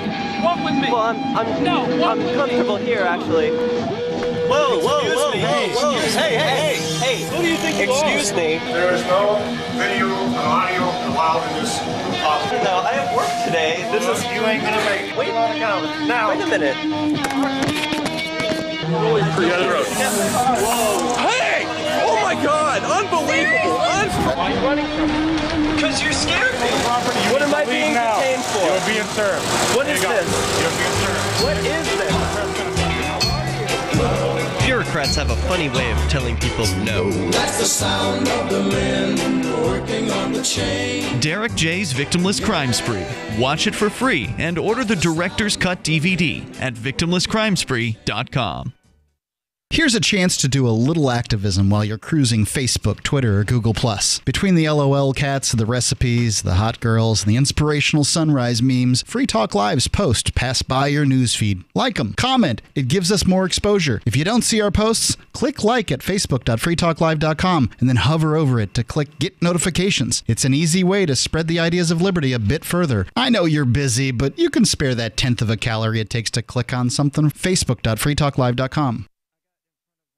Cell 411 is a free app for Android and iOS that replaces government-controlled 911. Cell 411 allows you to preset a group of friends or private organizations to show up at any emergency. Cell 411 is a nightmare for the state because it proves their so-called services aren't needed. Cell 411 has had thousands of installs, and of course it's covered by the BIPCOT no government license. Cell 411 because your friends won't shoot you when you're in trouble. Without the government, who would build the emergency services? You and Cell 411. Get it today at getcell411.com. Now that you've found the Liberty Radio Network at LRN.FM, you may want to help expose others to our great programs. To assist you in doing so, you'll find resources at promote.lrn.fm, including details on how to get a free bumper sticker, quarter-page flyers you can print out and distribute, banners for your website, as well as files that will allow you to make your own custom banners and graphics. Visit promote.lrn.fm and help bring new listeners to the Liberty Radio Network. That's promote.lrn.fm. On Free Talk Live, we're bringing people to the ideas of liberty every day. From wrestling superstars like Glenn Jacobs. You guys really are having an impact, I believe. Like I said, a lot of where I am now is due to listening to Free Talk Live. You changed my mind on some very important issues years ago. To random people tuning in on the radio. I was kind of stuck in the left-right paradigm. I heard your show by chance on a Saturday night. From there, I went on, joined the Free State Project, and become an amplifier. So, I mean, that's really the reason why I amp is because I know that if it wasn't for you guys being on as many stations as you are, I never would have found the ideas of liberty. Your amp will directly change more lives by getting Free Talk Live in front of people looking for talk radio online and on the air. When you amp Free Talk Live, you get perks like access to the AMP-only Facebook group and AMP podcast. Visit amp.freetalklive.com. Love what we do? Please help support our international satellite channels at patreon.lrn.fm. That's patreon.lrn.fm. You're listening to The Call to Freedom on LRN.FM. تستمتعون إلى برنامج نداء للحرية مباشرة على LRN.FM.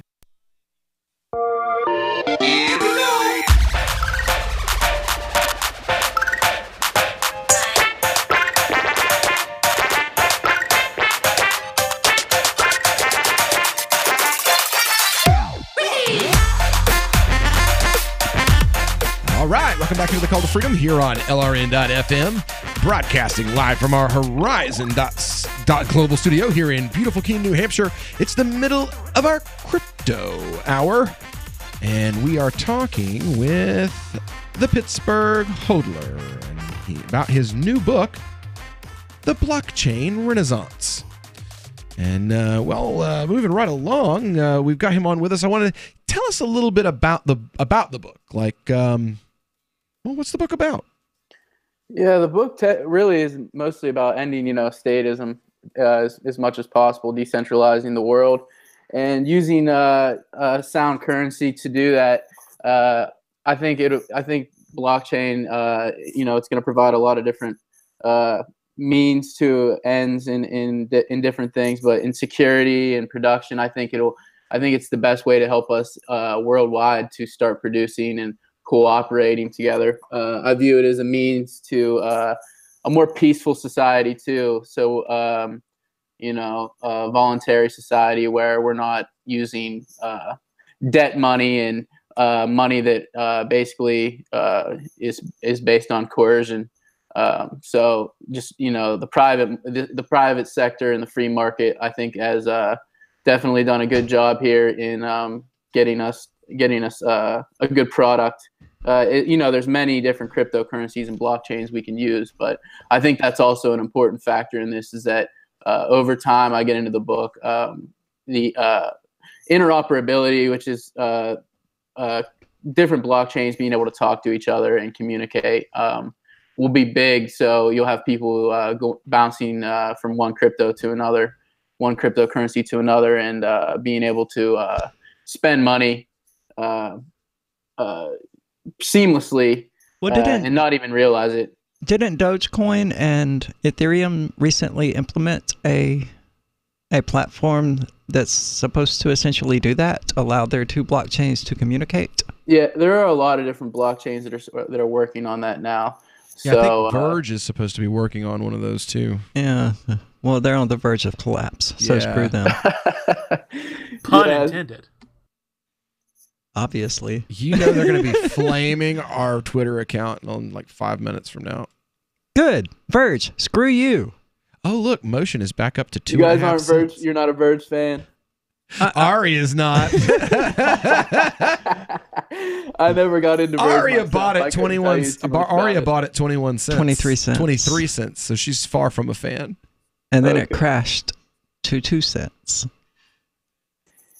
Yeah, I'm not a big Verge fan. I don't know a ton about the project. I know that they were. Well, their fan base is hostile toward anyone who says anything negative about Verge. They did have some good ideas, and they seem to have some momentum. And then they seem to have kind of crapped themselves. Well, they made a bunch of money, and then we're like, you know what? We can make more money mining other coins. So they built like a mining farm.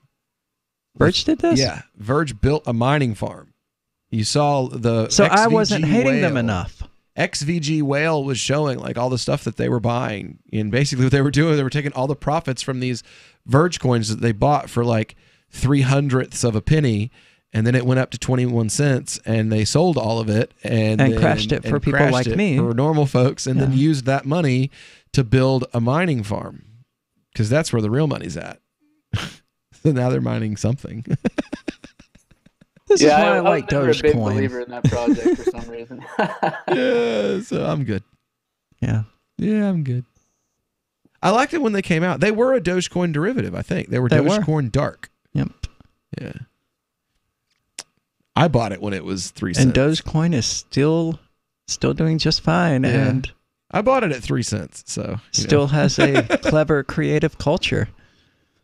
Yeah, my friend that did the cover of my book in Germany, he's actually like the biggest Doge fanatic. He thinks that Doge is going to be one of the big winners in the end. I don't know.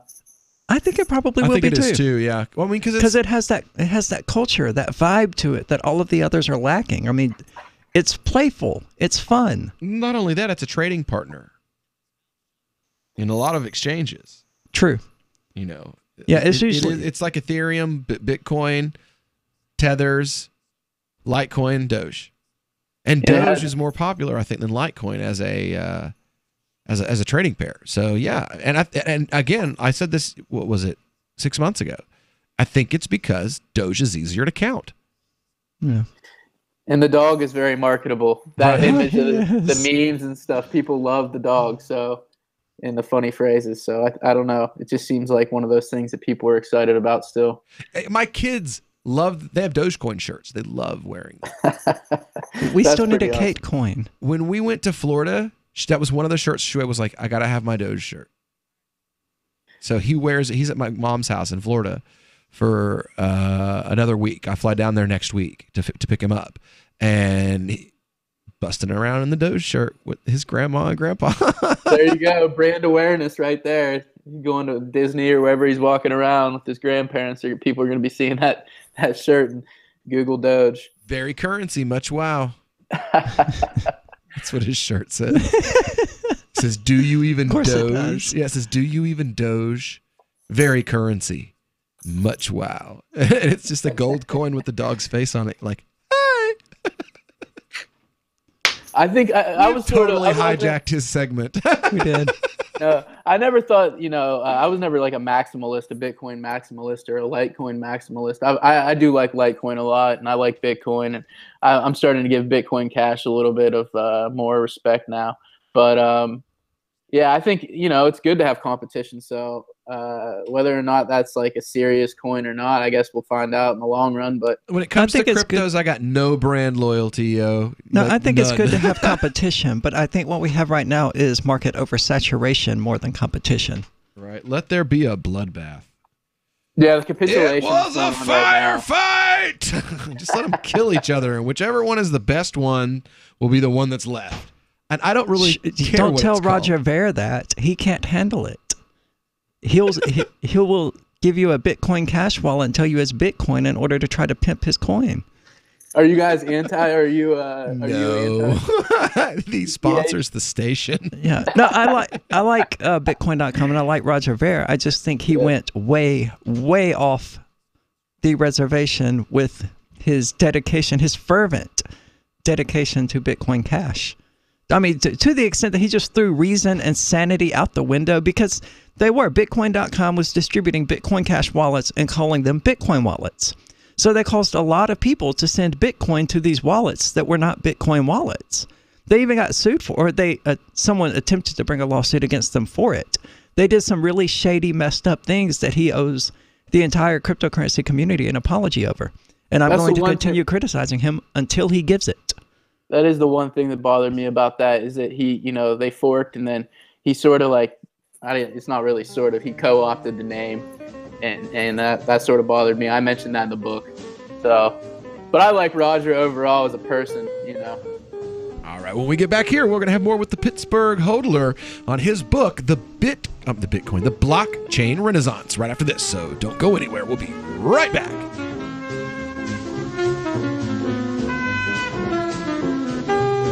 The Free State Project has reached its goal of 20,000 liberty lovers who've pledged to move to New Hampshire and get active to achieve liberty in our lifetime. Perhaps you're trying to figure out what part of New Hampshire should be your destination.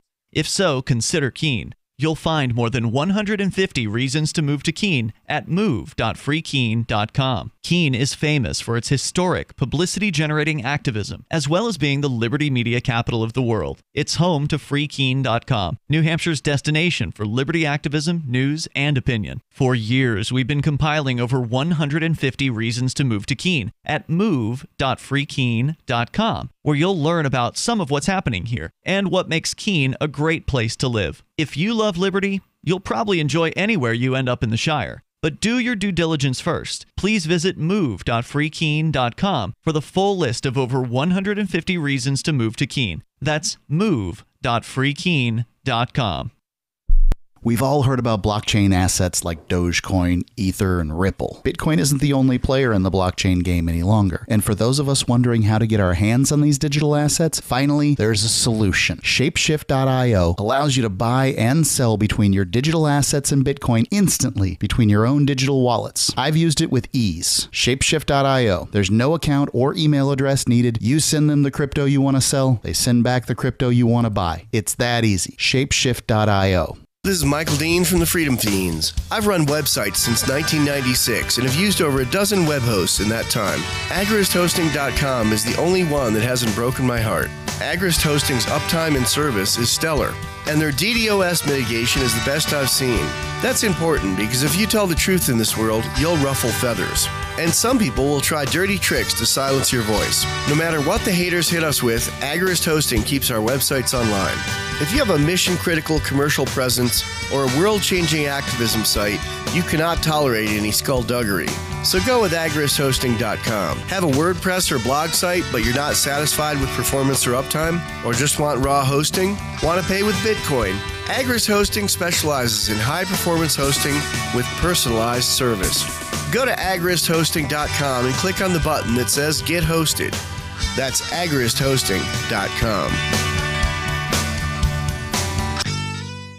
LRN.FM is proud to announce our official listening apps for Android and iOS devices. Now you can easily tune into our streams anywhere, anytime on your smartphone or tablet. Just visit apps.lrn.fm or search for LRN.FM in the Android or Apple app stores. Please download, rate us 5 stars, then share the link on your social media and let your friends and family know how you're listening to LRN.FM. Download it now, free at apps.lrn.fm. We have some good news. The indictments against Ross Ulbricht in the District of Maryland were dismissed with prejudice, meaning they can never be refiled. This is especially good because those indictments contain the only charge ever made that Ross engaged in murder for hire. This was a serious allegation that Ross Ulbricht denies. It was never prosecuted or ruled on by a jury, but was trumpeted by the federal government and the media as if it were proven fact. The Maryland court held these indictments for almost 5 years, poisoning Ross's case and leaving him under a cloud of unproven allegations. As explained in Ross's appeal to the Supreme Court, the fact that the judge used these allegations to give Ross a draconian sentence of double life without parole violated his Sixth Amendment right to a jury trial. Judges are required to issue sentences based on convictions decided by a jury, not unproven allegations never even charged at trial. Although this is a positive development, the dropped indictment will not set Ross free. Now, a presidential pardon is Ross's only hope of freedom. Sign the petition at freeross.org. freeross.org. This is the Liberty Radio Network, broadcasting the latest liberty-oriented audio content 24 hours a day at LRN.FM. You are listening to the Call to Freedom on LRN.FM. आप सुन रहे हैं स्वतंत्रता की पुकार सिर्फ और सिर्फ LRN.FM पे।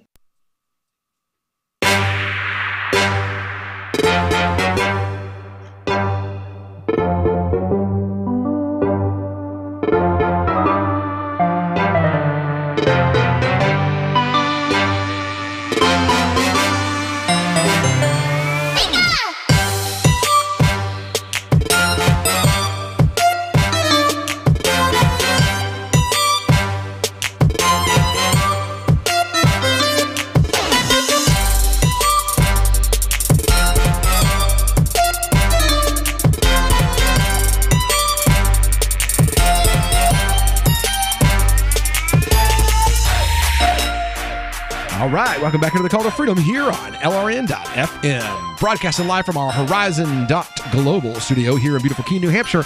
And we're on the air right now with the Pittsburgh Hodler discussing his book, Blockchain Renaissance. Now, if you want to give, if you got a question for him, give us a call, 603-283-6160. That's 603-283-6160.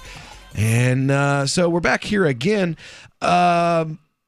We totally hijacked the last segment. So what's up? Tell us a little bit more about the book and your inspiration behind writing it. Yeah, since it doesn't read like a novel, I just got into many different topics, like small stereo chapters. Instructions. Yeah, 3 or 4 pages and whatnot at a time. Security, education, savings, cryptocurrencies as an asset class. I think that's going to develop over time. We're going to see, more and more people every year gaining confidence in the cryptocurrency market. So I think that's going to be huge in the future. Millennials it's like our time now. I don't know. I think most of us are millennials on the show right now. Are you guys millennials? I think all of us are. Yeah. I don't know if I was born in 81. I think you're the cutoff, barely actually. I think 81 is the last year you can be a millennial. Yeah, well, they called me the generation before that, too. Like, I'm supposed to be part of I'm millennial and a Generation X. I'm a Gen X and a millennial. I'm both. Okay. I'm in that weird generation that we got to watch. I grew up in schools that didn't have computers until we were in the 5th grade. So we didn't have them until I was in the 5th or 6th grade. Yeah, it depends where you grew up, I guess, because I don't think I had them until 5th grade either.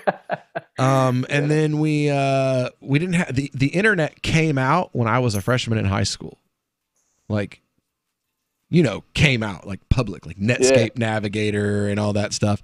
I was a freshman. That was like the summer of my freshman year in high school. I got to watch the whole AOL evolution to nothingness. Yeah, so, you were like the early adopters of AIM and stuff like that. I was old enough to remember and know what was going on while all that was going on. A lot of you guys were born, but you were like 4, 5, 6 years old. I was in high school. I'm a lot older than you are, aren't I? I'm like 10 years older than you, aren't I? I don't know. You're not 30 yet, are you? I don't talk about my age. Oh, okay. Well, all right. Never mind. Seriously, Will. I know I'm like 10 years older than I know I'm older than Tom. Tom's like 30. He's like a spring chicken. I'm 33. You look at him and me next to each other, you'd think that he was the one that was pushing 40, but First you ask Aria how old she is, then you imply that I look old. He didn't imply it. He stated it. Zing. So anyway, back to the guest and the difference between you and me is I get more handsome as I get older. So when you say I'm 40, you just mean I'm twice as pretty as you are. Yeah. Anyway, my hair, I've only just now started getting gray hair in my beard, and it's for a reason. I was born gray. My nephew's like that. I have a nephew that was like. I think he means his last name. Oh, okay. Yeah, he's a smart ass. Anyway, so back to the guest and his book that we're supposed to be talking about. Wait, we have a guest today? Yeah, I know. We have 2 of them. We have to do this again in a little while.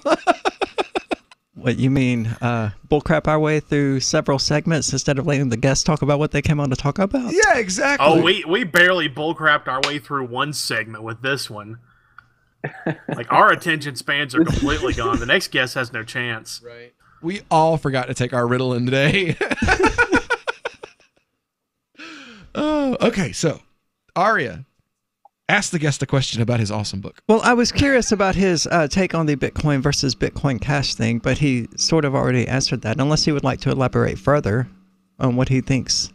Well, he didn't say altcoins are the devil, so I mean, he's better than some people we've tried to have as guests. No, I'm not an altcoin pessimist at all. I think there will be like 10 to 15 to 20, something in that range, in the long run that'll have like quite a bit of utility. I don't think it's going to be like 3 or 4 only. I know a lot of people think that it could only be 1 or 2.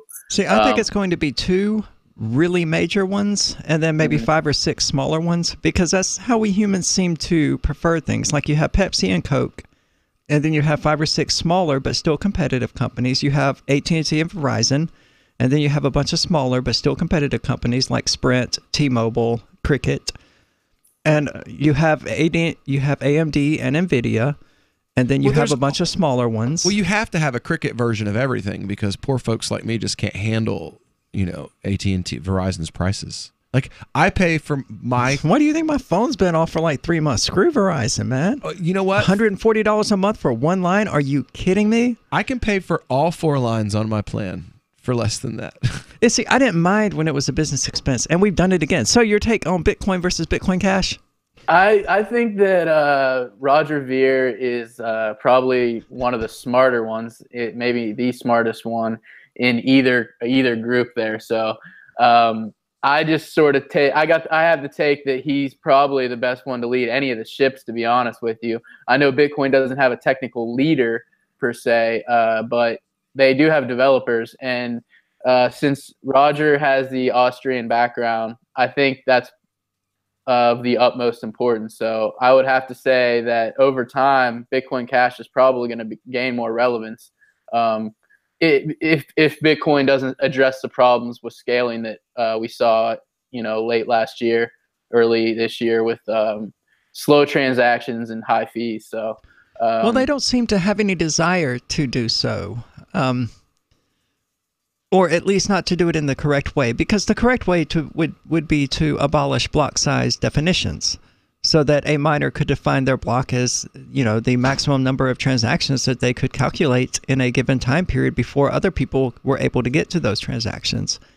The block size definition sort of functions as a price floor on the cost of transactions, and it's artificial. Transactions should be much lower because these miners should be grabbing much more transactions than they are, but they're not able to because of the block size definitions, and they don't mind that because it causes them to make more money because of that price floor. Yeah, it seems like they're not really worried about the people that are holding the Bitcoins or the future of the space. That's sort of what why I wasn't too big. I wasn't a huge fan of Bitcoin Cash, but like I said, over time, it seems like they have more of the original vision. They have the path, maybe I should say, to the better project in the long run. I mean, I never thought I would say that, but it just seems like, I try to keep up with all the speeches between some of the developers and stuff and Roger, and I don't know, it doesn't seem like any of these guys have even read any, economics books. So that are in the Bitcoin, as Roger would say, Bitcoin Core, or the original Bitcoin. So camp.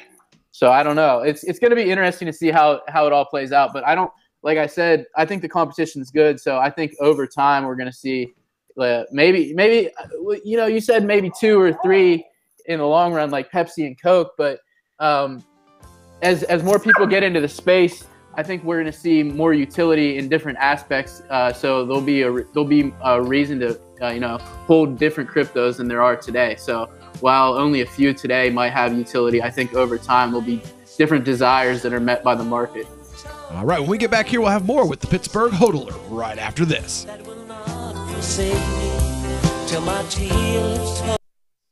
When you hear the word lobbyist, you probably think about greedy corporations, but not all lobbyists are the same. Some are fighting for the freedoms you hold dear. Liberty Lobby LLC is doing just that in New Hampshire, working hard to represent you, not some special interest group. You can help by going to libertylobby.info, where your contribution will give us the tools we need to ensure that your voice is heard. Visit libertylobby.info today to find out more. Is spreading the message of liberty, cryptocurrency, and peace around the globe worth $2 per month to you? As you may already know, in addition to our internet feed, LRN.FM broadcasts on free-to-air satellite across North and Central America, as well as Sub-Saharan Africa. And we've been available on satellite for free 24/7 since 2010. The LRN.FM free-to-air satellite signal is reaching some of the most oppressive regimes in the world, and there's no doubt our ideas are making an impact. You can learn more about the channel's impact by watching the 3-minute video at fund.lrn.fm. If you'd like to help free minds globally with our ideas of liberty, cryptocurrency, and peace, you can donate as little as $2 per month via fund.lrn.fm. You can help us continue and expand our satellite broadcast to multiple continents. Visit fund.lrn.fm today, and thank you for your help. Don't forget to share the link on social media. That's fund.lrn.fm. There are lots of ways to listen to Free Talk Live. Our podcast has been around since podcasts began, and now the FTL feed is loaded with content besides our full show archives. Did you know that we make it easy for you to customize your podcast subscriptions? We have different feeds, one that includes only our full shows, one with just the Daily Digest, and one with just the Edgington Post. You decide what you listen to. It's quick and easy to customize your feeds at feeds.freetalklive.com. That's feeds.freetalklive.com. Are you a cryptocurrency advocate? The Crypto Tip is the ideal outreach tool to help new people discover cryptocurrency. It's a printable business card-sized tip that you can give to service providers, preferably in addition to a good cash tip. When the server scans the QR code, it'll bring up an explanation of cryptocurrency, how to install a wallet, and allow them to claim the tip. If they don't claim the crypto, you get your tip refunded to you after a time period you specify. Plus, if they do claim the tip, you get an email alert. Create as many tips as you want at cryptotip.org. That's cryptotip.org. LRN.FM now has a Discord. Discord is a free text and voice chat platform, and we now have our own server with a bunch of channels at discord.lrn.fm. You can join other listeners as they chat about various things during our live shows, or anytime, day or night. Discord software is available cross-platform, so you can have it on whatever device you want and take your chats anywhere. Join our Discord at discord.lrn.fm. That's discord.lrn.fm. A dead iPod is remembered as expensive. It's the Onion Radio News. This is Doyle Redland reporting. Despite heroic efforts at resuscitation, a third-generation 30-gigabyte iPod, serial number AP356372, was pronounced dead early this morning at the age of 2. The iPod's closest companion, Sarah Zartman, says she'll never forget the great music it used to play, nor will she forget the nearly $500 price tag. I'll remember those 3,500 songs as long as I live. That iPod was convenient, portable, and really pricey. Zartman added that had she known the iPod's lithium-ion battery would have such a short lifespan, she might have spent more time listening to it. AP356372 is survived by a BlackBerry. Doyle Redland for the Onion Radio News, online at theonion.com. This is the Onion News Network. You can sign up to receive the latest about the Liberty Radio Network via our email updates at updates.lrn.fm. That's updates.lrn.fm. You are listening to the Call to Freedom on LRN.fm. Unasikiliza wito wa uhuru katika LRN.fm. Disclaimer. When I die, I want to be put into orbit around Earth in a flying kick position. This is my dream. My dream. My dream. My dream. My dream.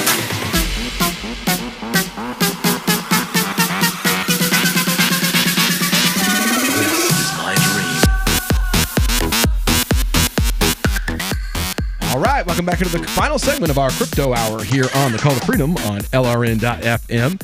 We've been talking to the Pittsburgh hodler, the author of Blockchain Renaissance. And, well, we got a story that it came out about 12 hours ago, and I can't be on the air today because I know we're not going to be here tomorrow. I got to cover this because it's the best crypto story we've seen in a month. Well, from what I hear, it's not the only thing that came out. Yeah, you ain't kidding. See, Coinbase has denied the allegations of self-trading, where Kraken, well, roar, they wouldn't have middle fingers in the air, long hair, don't care. The dust had barely settled on New York's Virtual Markets Integrity Initiative when the exchange's profile came out swinging. That gave me heartburn. Or gagging, one or the other. Kraken and Coinbase's response I'm not Coinbase. To the Attorney General's report are featured in this edition of The Daily. Also, what can the cannabis bubble teach? Anyway, that's not got anything to do with what we're covering. When New York's Attorney General office requested information from crypto exchanges that operated within the state earlier this year, Coinbase rushed to its assistance, even snitching out their friends and oh wait, that's not in the article, but we know that they did. Coinbase rushed to its assistance. The California-based exchange is known for its officiousness and quickness to get on their knees. I mean, when it comes to acceding to government requests, despite painstakingly filling out the form in meticulous detail, the Coinbase team discovered on Tuesday, to their chagrin, their responses had been misinterpreted. Specifically, the public latched onto the fact that 20% of all trades on Coinbase are filled by Coinbase themselves.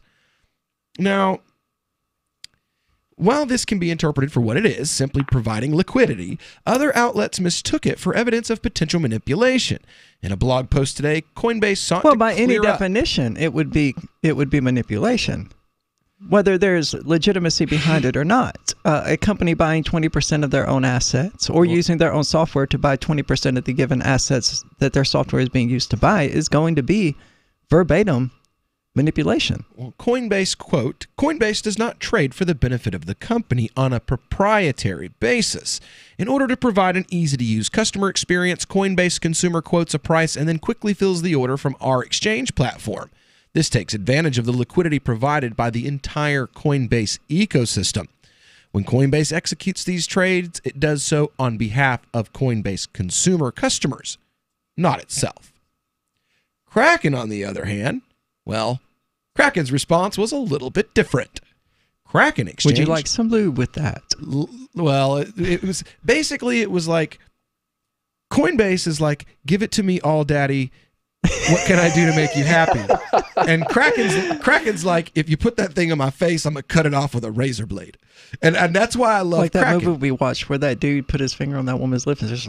Yeah, she just bit the tip of his finger off. Exactly. Yeah. And that's Kraken. Kraken's exchange, led by the charismatic and absolutely awesome, my edition, by the way, Jesse Powell, is in many respects the anti-Coinbase. It famously refused to participate in New York's Virtual Market Integrity Initiative.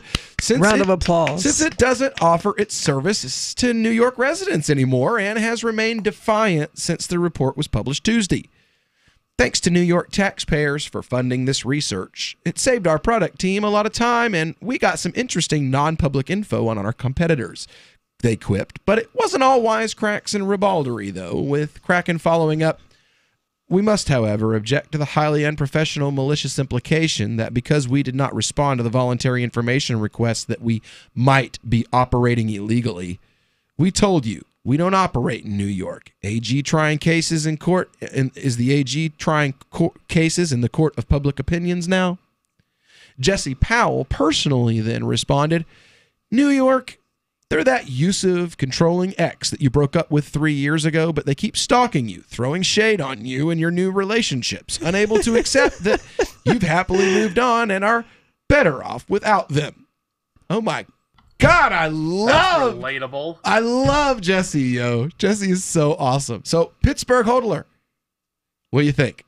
Yeah, I think Jesse Powell's the man here, definitely. And Kraken, I don't know. Stay away from Coinbase, I guess. This is not a good story. No. Well, at one point, they were looking like, everybody knew wanted to get in on Coinbase because it was so easy. But yeah, this is a bad look for them. Well, they're at the very first Bitcoin conference ever. Their founder was talking about creating a white hat society of crypto industry folks that made sure that the government knew, like, we want to make you happy.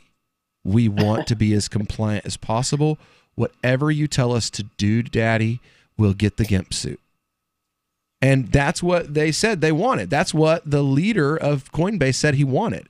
That's why when he was like, well, we're going to fight the IRS on this, I was like, no, they're not. No, they're not. They're going to feign to the public that they're fighting the IRS, but then all that public, that's going. And as soon as all that information went, what did we start seeing happening? Arrest, arrest, arrest, arrest, arrest. And what did all those stories that we talked about, people being arrested for selling Bitcoins on local Bitcoin, what did they all have in common? They had bought them on Coinbase. They had material evidence had been supplied to the FBI by Coinbase. Well, a lot of that was speculation. A lot of the articles that we covered at the time, there was no clear link to Coinbase. Like the guy who got arrested coming back from Mexico. That was a different one. Itbit and Coinbase were the two, and it said straight up, like, the information was received from one or the other of those two exchanges. I don't recall that being in the article. Yeah, that was one of the things that I was like, oh my God, can you believe? Like, well, I remember you asserted it. One more reason to just be like, Coinbase isn't crypto. And now neither is Itbit. Stay away.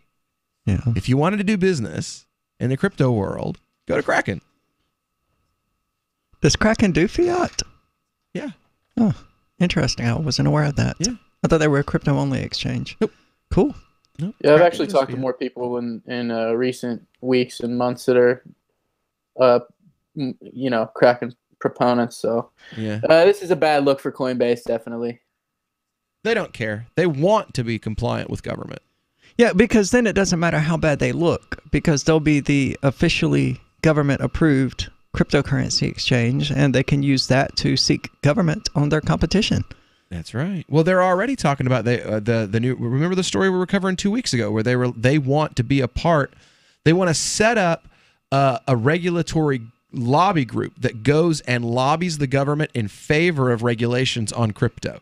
Yeah. They're like, we've got these regulations that we want in the crypto industry, and we're going to go lobby in favor of them. It's like Coinbase, Itbit, and we named like 5 exchanges that are working together. But the only two I'd ever heard of before were Coinbase and Itbit. But they're literally saying, we want to go and lobby government in favor of regulation on the crypto market, which is, basically what every other big business does to get rid of their competition. Regulate the competition out of existence. So tell us, what's your website, email addresses, Twitter accounts? Where can we get your book? Yeah, best place to reach me is probably my email right now. Pittsburgh Hodler, Pittsburgh, the city, and then Hodler, HODLR @gmail, and then over at Twitter, or actually Steemit, same thing, one word, Pittsburgh Hodler, and then on Twitter, I'm at RBryer23, RBRYER23. So that's the best place to go. Check out or get a hold of me if you want a copy of Blockchain Project Renaissance. I'll be happy to send you over a digital copy or a physical one. Just get a hold of me. It's available for crypto or dirty fiat money. So FRNs. Yeah. FRNs. $4. We do take dirty $4. Yeah, but I'd rather take the crypto if you're into it. So let me know. Right. I appreciate you guys having me on today. Very cool, very cool. If you have anything else big coming up, just let us know. You know how to get a hold of me. This has been the Pittsburgh Hodler joining us here on the Call to Freedom here on LRN.FM. When we get back after this, we're going to have, he's one of my favorites. He's a Muslim social commentator. His commentary on the pro-LGBT speech that was given at ISNA this year got me banned from Facebook for a few days, actually, oddly enough. We're going to have, I call him Danny Al-Haq, because he be laying down that truth. Danny Hakikat Jew, I hope is how you say his name, when we get back here on the Call to Freedom on LRN.FM.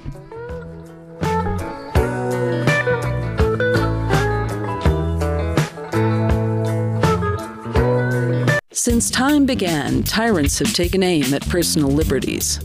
Now there's a movie that aims back. The government has no more right to tell us what to put in our bodies than they have to take our guns or tell us what books we can read. 6 drug police were eaten by bears while raiding a marijuana farm. On your knees, you dirty hippies! Jesus. On your knees! What's the problem, officer? Today, many cops who enforce pot laws do so only because it provides them with cushy jobs, good benefits, and a chance to push people around. I was an undercover narcotics officer. The drug war is nothing but a farce. The Second Amendment says you gotta keep you and your get intact. Guns and Weed, The Road to Freedom. A film by Michael W. Dean and Nima Vadadi. DVD available now at gunsandweed.com or on Amazon. That's gunsandweed.com. Makes the perfect gift. Remember, that's gunsandweed.com. Did you know you can get news updates about what's happening with the Liberty Radio Network delivered in the way you prefer? You can sign up for our email updates at updates.lrn.fm. Plus, you can stay in the loop by joining our Facebook profile at facebook.lrn.fm or follow us at Twitter at twitter.lrn.fm. It's all free, so sign up now at updates.lrn.fm for news updates delivered to your email box, facebook.lrn.fm to follow our Facebook page, and twitter.lrn.fm to receive our tweets. Are you sick of government lackeys who say you didn't build that? Are you tired of elitists who think you need a government permission slip for everything? Everything you do is an A to B conversation, and the government should see their way out of it. Create true free markets by adopting the BIPCOT No Government License. The BIPCOT No Gov license allows use or modification of any product, service, or software except by governments or government agents. Go to BIPCOT.org. That's Bravo, India, Papa, Charlie, Oscar, Tango.org. More of the Call to Freedom is coming up next, live after the news on the Liberty Radio Network at LRN.FM. From Keene in the Shire, the Liberty Media capital of the world, this is Daryl W. Perry, host of FPP Radio News for Thursday, September 20th, 2018. Silver is trading at $14.31 per ounce. Gold is valued at $1,208 per ounce. Zen is trading at $15, and the average price of Bitcoin is $6,432.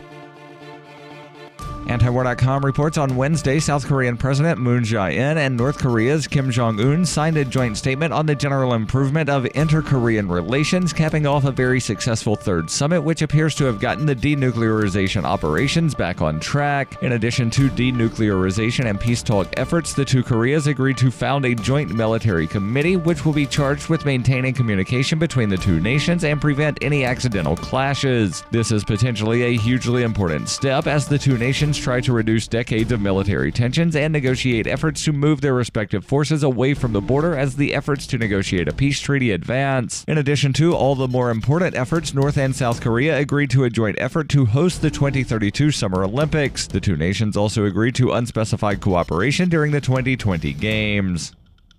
Born into a devastating world and raised among the crowd, the Cloudwalker assumes a new identity and begins the unrelenting quest for truth. In this epic journey, he discovers dark secrets about aspects of his previous life that he once trusted. Through the Journal of the Cloudwalker, he shares both the traumatic hardships and the eternal beauties of his experiences. Dear Society by the Cloudwalker is available from Amazon.com and all major bookstores.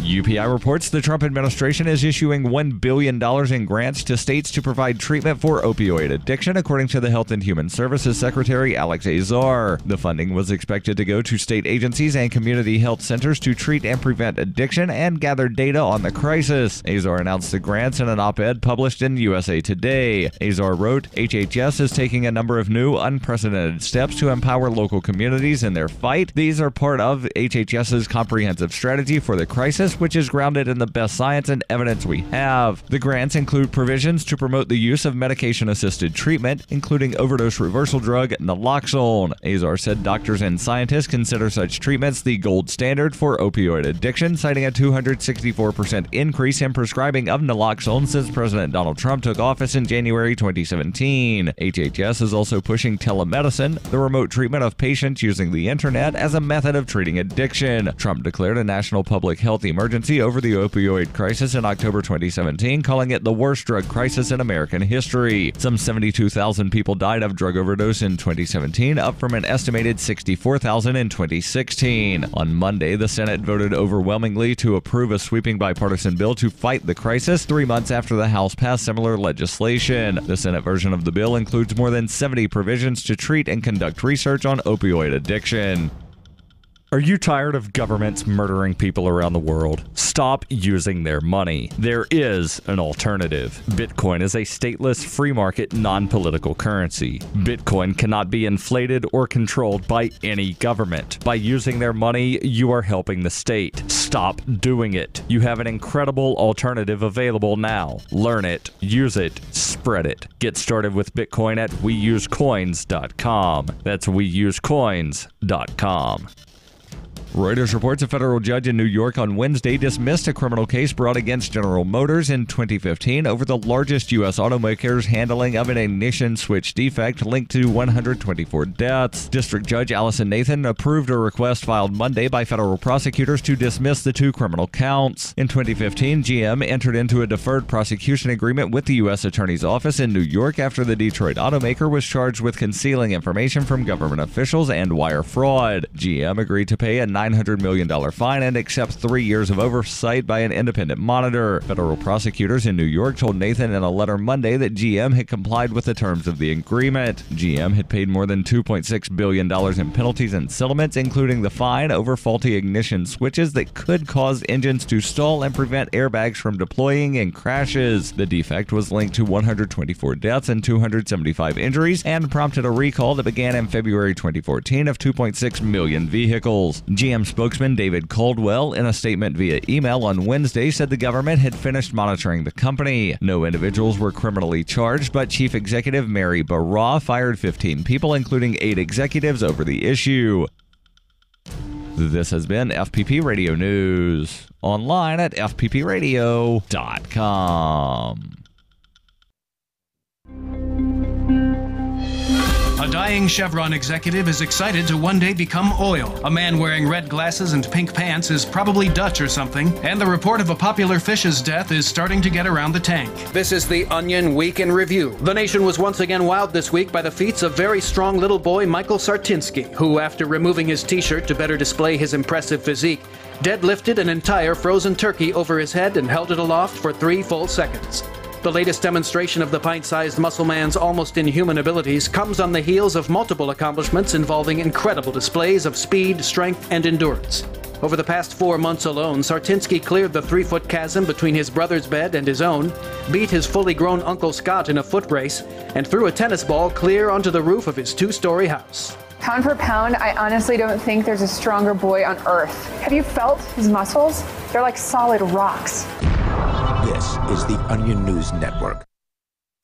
You are listening to the Call to Freedom live on LRN.FM. تستمعون إلى نداء للحرية مباشرة على LRN.FM.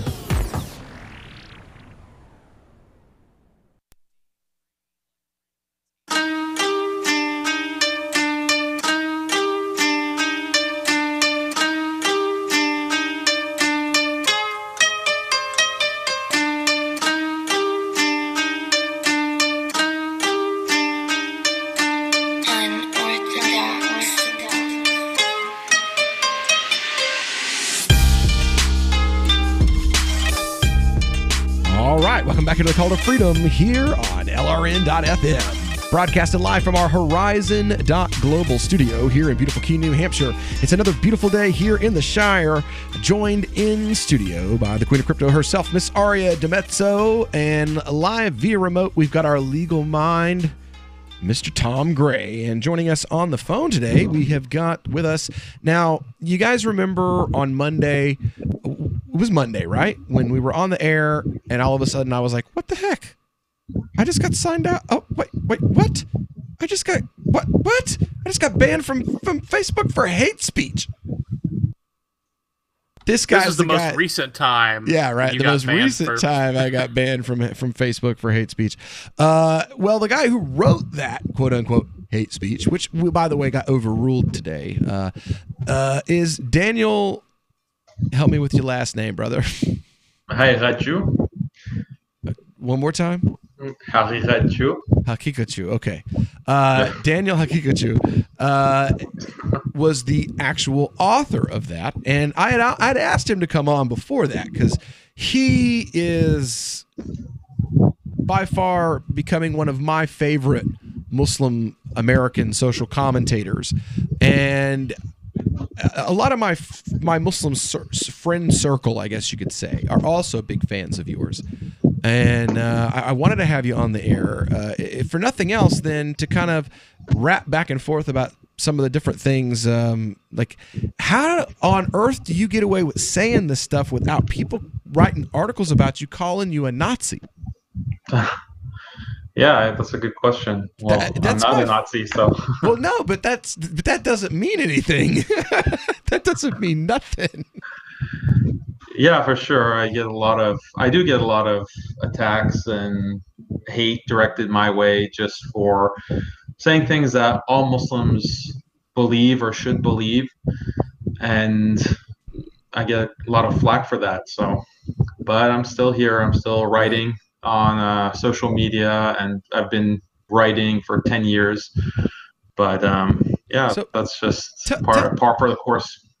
Tell our audience a little bit about yourself, schooling, where you're from, what kind of work you do. Who is Daniel Hakikachu? Yeah, so I was born in Houston, Texas. My parents are Persian. They immigrated from Iran, but I was born in Houston, raised here. I wasn't very practicing as a practicing Muslim growing up, but I rediscovered my faith in high school. I went to college at Harvard. I studied physics and philosophy, met my wife at Harvard, got married, lived in Boston for a while, wanted to do graduate studies in philosophy, and did that for a while, but then realized that philosophy doesn't really pay the bills. So I ended up going into corporate America and have been working there. I decided to use my philosophy education to good use since I didn't go the academic route. But I've always been interested in critiques of Islam since I'm Muslim and I was taking my faith more seriously. Growing up, there's a lot of intellectual critiques and attacks on Islam. And I just had an interest in defending my faith, and specifically from a philosophical perspective. So I, used that kind of philosophical mindset to rebut a lot of the criticisms against what you can call Orthodox Islam, traditional Islam. And then I also, try to launch counter critiques against a lot of what are taken to be truisms and basically the ideologies of our time in the West. So that's in a nutshell what I'm about and where I'm from. Interesting. I mean, this sounds like, I didn't do any of the Harvard educations or any of those kinds of things. I went into the construction and the music industry for a long time, became Muslim in my mid-20s. And instead of having a philosophy background, I had a theology background. I grew up as a minister, as a youth minister, teaching Sunday school classes and preaching in tent revivals. And basically, once I became Muslim and did a little bit of academic study, I did the exact same thing that you did. But I specifically targeted the southern redneck Baptist Christian circles, like the circles that people would look at me and go, "Oh, hey, you look just like I do." Yeah. And it served me well, and having somebody that can be the a voice of a similar message, but be the Harvard ivory tower kind of thing, corporate America, that whole thing, like literally the flip side of that coin is kind of cool, because I've had people come.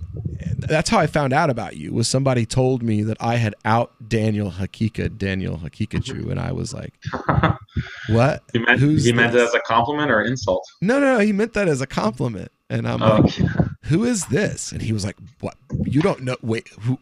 You don't know who this is? Here, have a look. And I was just like, wow, that is very nice. Because we're seeing what's the word I'm looking for here? Not a resurgence, but an insurgence, maybe. There you go, an insurgency of a very real effort, I think, to change the religion from the inside, to convince the Muslim community in the U.S. to change their religion to gain acceptance. And for some strange reason, like, converting to Christianity to make the Republicans happy is a really bad idea. But just going through and changing all the orthodox positions to the Democrat national platform, that's totally not the same thing, even though it totally is the same exact thing. Right. And seeing somebody else besides myself who is screaming to the hills about it, and who doesn't have to worry about losing donors, really to do so, is really, what's the word I'm looking for here? Like, it takes a weight off. Yeah, absolutely. I don't see people like you out there. Your options are that old Salafi uncle that you really wish wouldn't talk in public. That uber liberal imam who, has embraced white guilt and every other transgendered imams and, whatever it is that the left wants them to embrace, and, will lament that the left is critical of something Muslim, or nothing. Like, you have no other options out there. It's one extreme or the other. And even the imams themselves that are preaching that, like that middle path that should be preached, are having to edit themselves, stifle themselves, or just aren't getting invited to events anymore. And, seeing somebody that's got a voice and being able to say that, and like, they can't hurt you. You're like, you don't need their money. You don't need their anything. I kind of like it. So anyway, when we get back here in just a moment, we're going to have more with Daniel Haqiqatjou. We're going to talk about the state of Muslim activism in today's world, and how it's affecting the community in general, and how is it affecting our youth. When we get back here on the Call to Freedom, here on LRN.FM.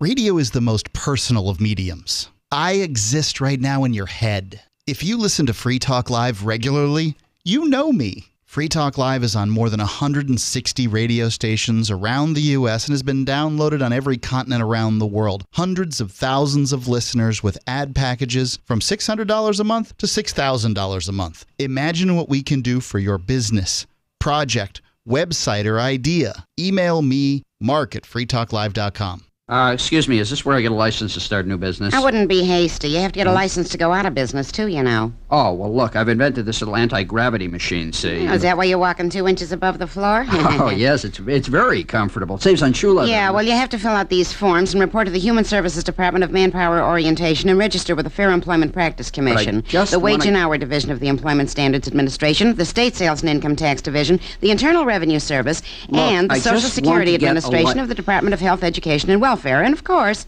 OSHA. OSHA? I thought that was a little town in Wisconsin. You'll find out. Say, floating around like that could be dangerous. Have you checked with the Consumer Product Safety Commission? Well, not yet. Come to think of it, you actually are flying, aren't you? Look, you need to go over to the Federal Aviation Administration and the Transportation... It's very hard to get anything done these days if you're in business, but free enterprise built this country.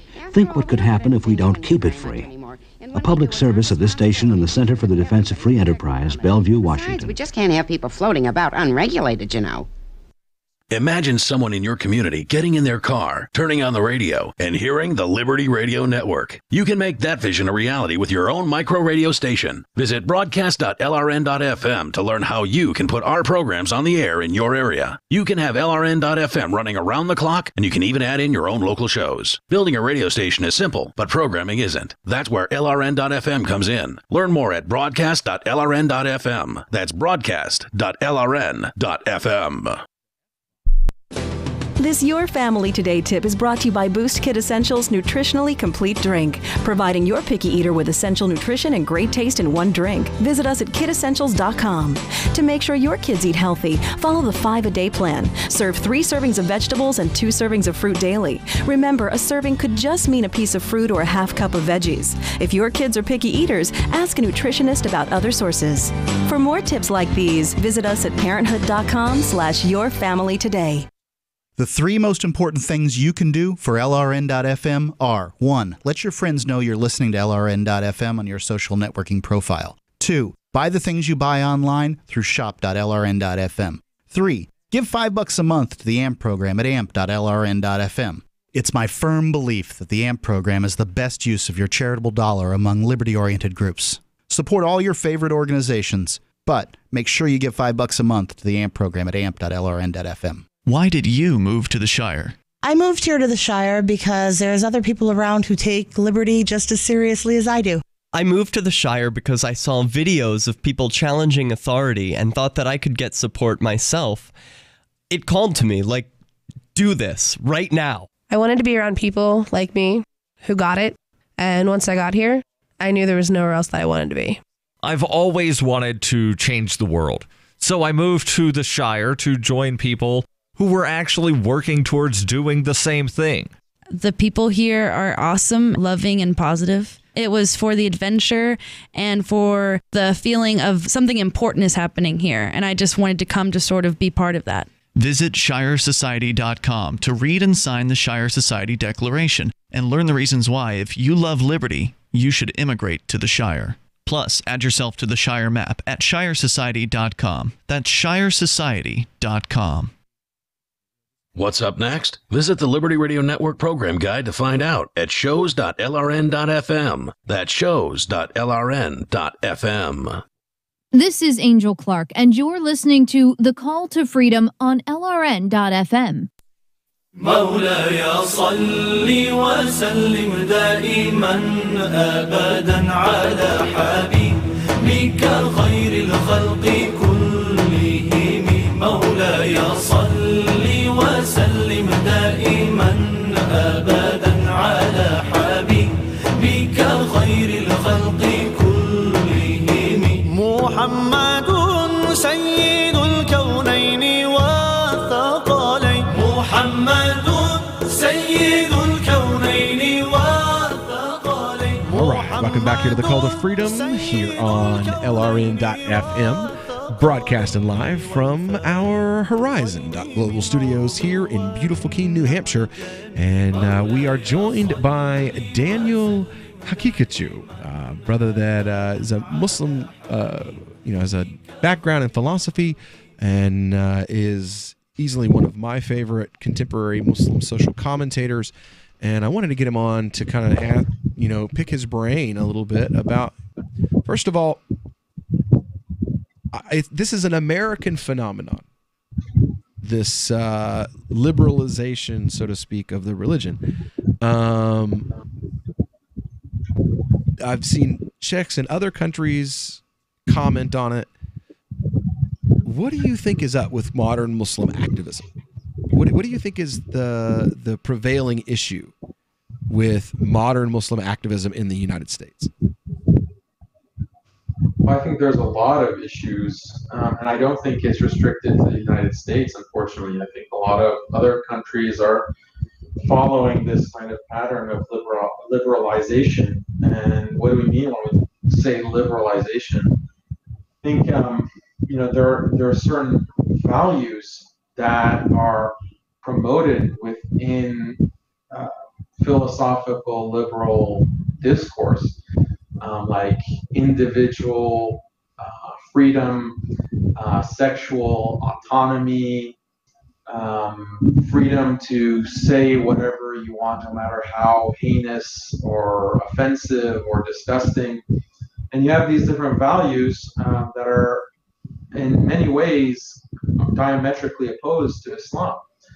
And so Muslims have found themselves in a position where they are compromising on those principles, on their faith principles, in order to either assimilate with the dominant culture or to win political points with different political parties. And this has had a big impact on the faith of Muslims in America, in Western Europe, and increasingly around the world. So in a nutshell, that's what I see as a problem, and I'll give you a more concrete example. The post that you shared and that Facebook temporarily banned you for was about how there's this new breed of Muslim activists. And when I say activists, I mean Muslims that are, for example, really vocal in protesting Donald Trump. And they've been really vocal in advocating different things, some of them good, some of them not so good. Like, for example, Black Lives Matter. I think that's a good cause. Or protesting police brutality, or protesting Zionism and Israeli brutality overseas, things like that. But they've also kind of gotten on board this LGBT movement, and they have been promoting its agenda within Muslim spaces. And the fact of the matter is that Islam very strongly condemns what LGBT stands for in terms of lifestyle and in terms of behavior, in that to act on same-sex desire and to engage in same-sex behavior is considered a very big sin and even criminal within Islamic thought, and has been considered as such for over a millennia. And so these are things that now are coming into question by these activists who are saying that, look, we have to forego this tradition and we need to get with the times. We need to recognize that there are these people, LGBT, and we need to support same-sex marriage. We need to support their rights in terms of, building gender-neutral bathrooms and promoting LGBT education within schools, sex education for kindergartners and first graders and elementary school kids, in order to promote tolerance and acceptance. So let me ask a question real quick, if you don't mind. Right. Well, I know what Will's answer would be to this, but I'm curious what your answer would be as well. So what would you say is the Muslim take on people like me who are LGBT but aren't Muslim? So what do you mean take? Like, what do we think of? Is their lifestyle any of our business if they aren't Muslim? Yeah, it is. It is our business. According to that's what I suspected you were going to say. Yeah. Let's have some fun. Because I've again, we just had a lengthy discussion about the scholarship that I've had the opportunity to speak with, and they would all disagree with you that from a legal perspective, what the culture here deems acceptable means that to them it's acceptable. To us, it's still not, but to them, what they do is none of our business. If they want if this culture wants to accept that kind of a thing, then this culture can accept that. The Muslims won't accept it, and we won't engage in it, or we shouldn't. But outside of that, we shouldn't actively attempt to oppress or subjugate.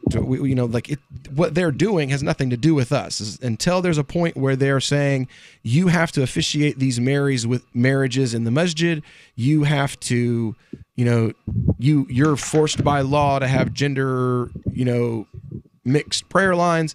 Until that point comes, it literally has nothing to do with us. It's not our fight. Well, first of all, that is happening. Like, there are calls for mosques to officiate same-sex nikah marriages. There are calls for Muslim businesses, just like there are for Christian businesses, to serve like same-sex weddings. I mean, there are these calls. So this is not like a theoretical, hypothetical. It's actually happening today.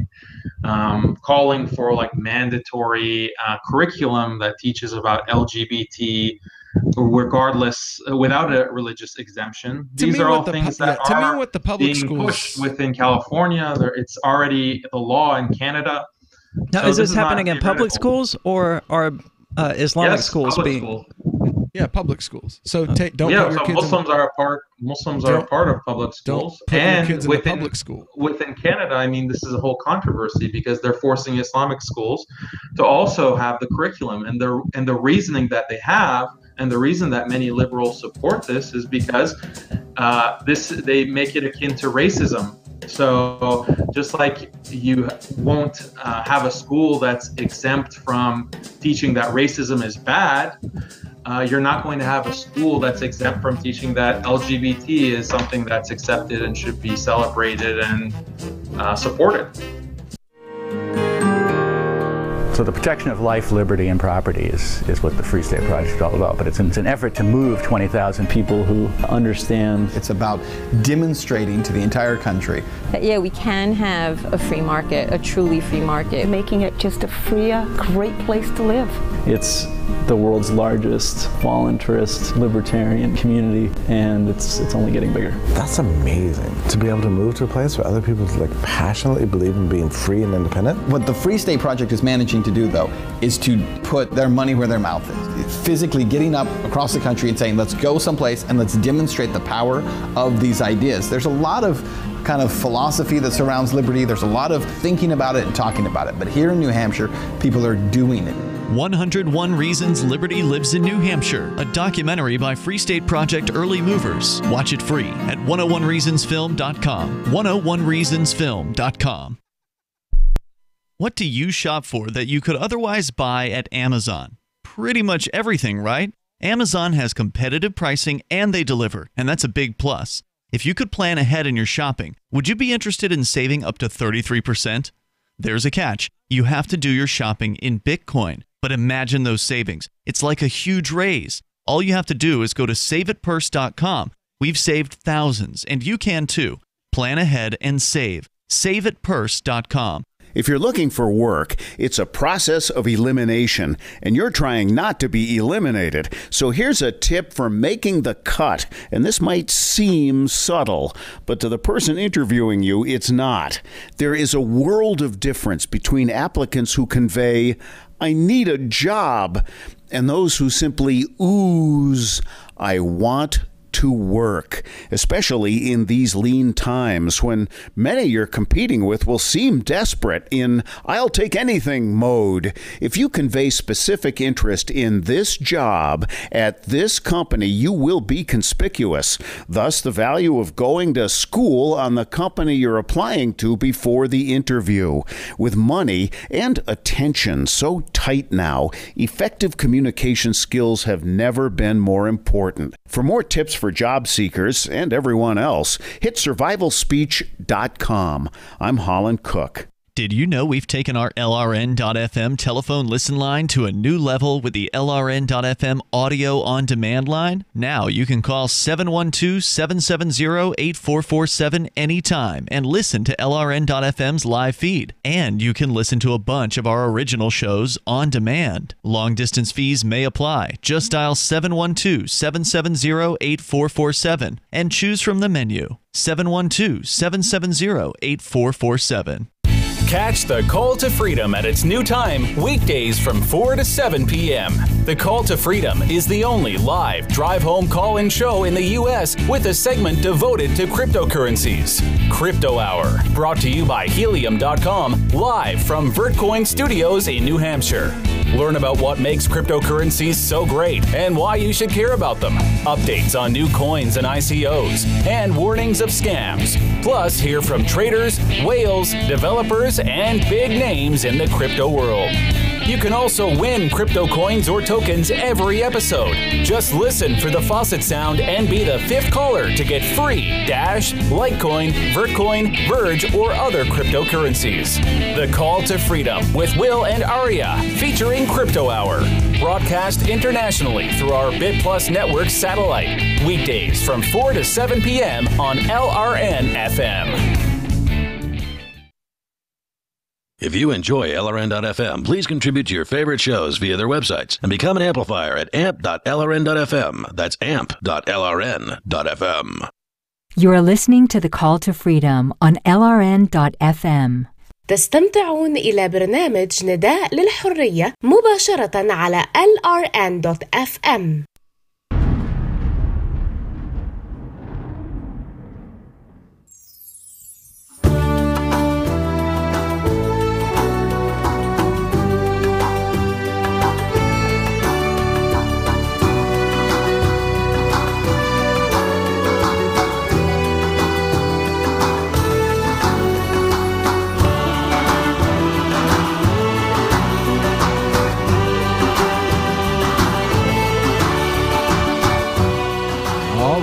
Back into the Call to Freedom here on LRN.FM. We are broadcasting live from the Horizon.Global studios in beautiful Keene, New Hampshire. And we're joined right now from Houston by Daniel Hakikachu. There we go. I got it out. I just can't. I can say, so many other things. It just, it's just not working for me. I'm sorry. I would like to point out to our guests that I'm obviously against forcing anyone to do anything, whatever their reason is, whether they just don't want to do it or whether because they have a religious reason not to do it. It's immoral to force people to do things that they don't want to do. But I would also say that, not all LGBT people are out there advocating forcing people to do things they don't want to do. And even if 99.99% of them were, I can't speak for Islam, but I know that the concept of turning the other cheek is prominent in Christianity, and that not adhering to that idea is one of the primary reasons that we have this vengeance politics that we have in the United States today, where the Democrats get in power and want to punish the Republicans, or conservatives get in power and want to punish the liberals. And I think what you said earlier about how, but it is our business because LGBT people are doing this. It is that sort of vengeance politics, that because they're using force and they're being immoral, we have to meet it with our own force and our own immorality. What I'm saying has nothing to do with Democrat or Republican politics. That's why I switched it. That's why I switched it to conservatism and liberalism. Yeah, so when I'm talking about liberalism, I don't mean like liberalism in terms of Democrats. I'm talking about philosophical liberalism, which is a long tradition that starts extending with back Islam. to John Locke. And I don't agree with that. But I don't see how classical liberalism could be in conflict with any religious tradition. John Locke was openly stated that he was influenced by Muslim thinkers like Ibn Tufayl, Ibn Rushd. Just because the Eastern world decided in the Al-Ghazali versus Ibn Rushd argument to go with Al-Ghazali doesn't mean that Ibn Rushd was not an Islamic philosopher who influenced basically the entire creation of Western culture. Without a Muslim thinker, Western liberalism wouldn't exist. I mean, Western liberalism is not such a good thing. No, it's not. It's been the cause of a lot of evolved into suffering and colonization and imperialism and slavery. I mean, John Stuart Mill. All of which are counter to the principles of classical liberalism. Many would say that what you're describing there is Western. They were not classical. No, they were classical liberals. Adam Smith was a classical liberal, and he was a big shareholder in the East India trading company. And his ideas came from Ibn Khaldun. Everybody knows that. Modern Western historians even acknowledge that without Ibn Khaldun, there is no invisible hand theory of Adam West. So again, another one of these people that you're like, these are bad. This is horrible. It literally grew out of the Islamic tradition. All of it. All that, I recommend that you I would read, say they're heresies of the Islamic tradition. Liberalism, A Counter History, by a professor named Lasordo from Italy. And he talks about all of these classical liberal thinkers like John Stuart Mill, John Locke, Adam Smith, Thomas Jefferson, Benjamin Franklin, so on and so forth, and shows how, very barbaric their idea of colonizing the savage world and for sure. No one is saying that these people these are the thinkers of liberalism. No one is saying that they perfectly adhere to the philosophy that they were spreading. Just like no one would accuse Will or any Muslim of perfectly adhering to Islam or any Christian of perfectly adhering to Christianity. Just like any other philosophy, they're going to violate their own tenets, and they did. And we can point to it and say, okay, they were classical liberals, and they advocated slavery, and slavery is directly counter to the principles they were talking about, but they just didn't acknowledge that contradiction. There's a reason why they Muslim were using scholars, their philosophy as a justification for their domination of the Muslim world, Australia, China, the Native Americans. They were using their philosophy as the primary tool, which is a normal thing for that time period. And today, those same kinds of justifications are used for things like, NGOs going to the Muslim world and advocating LGBT and saying Muslims need to accept LGBT, and we have to defend those gay Muslims that are being oppressed. So we have these NGOs. Okay, now hold on a minute. Even if you don't agree with the behavior, you're talking about people who are being thrown off roofs by some terrorists in these countries. Why should you not defend their lives, if only in the hope that you can convert them to your own way? There are so many misconceptions here in terms of force. Like earlier, someone was saying that I don't accept that the government forces people to do anything.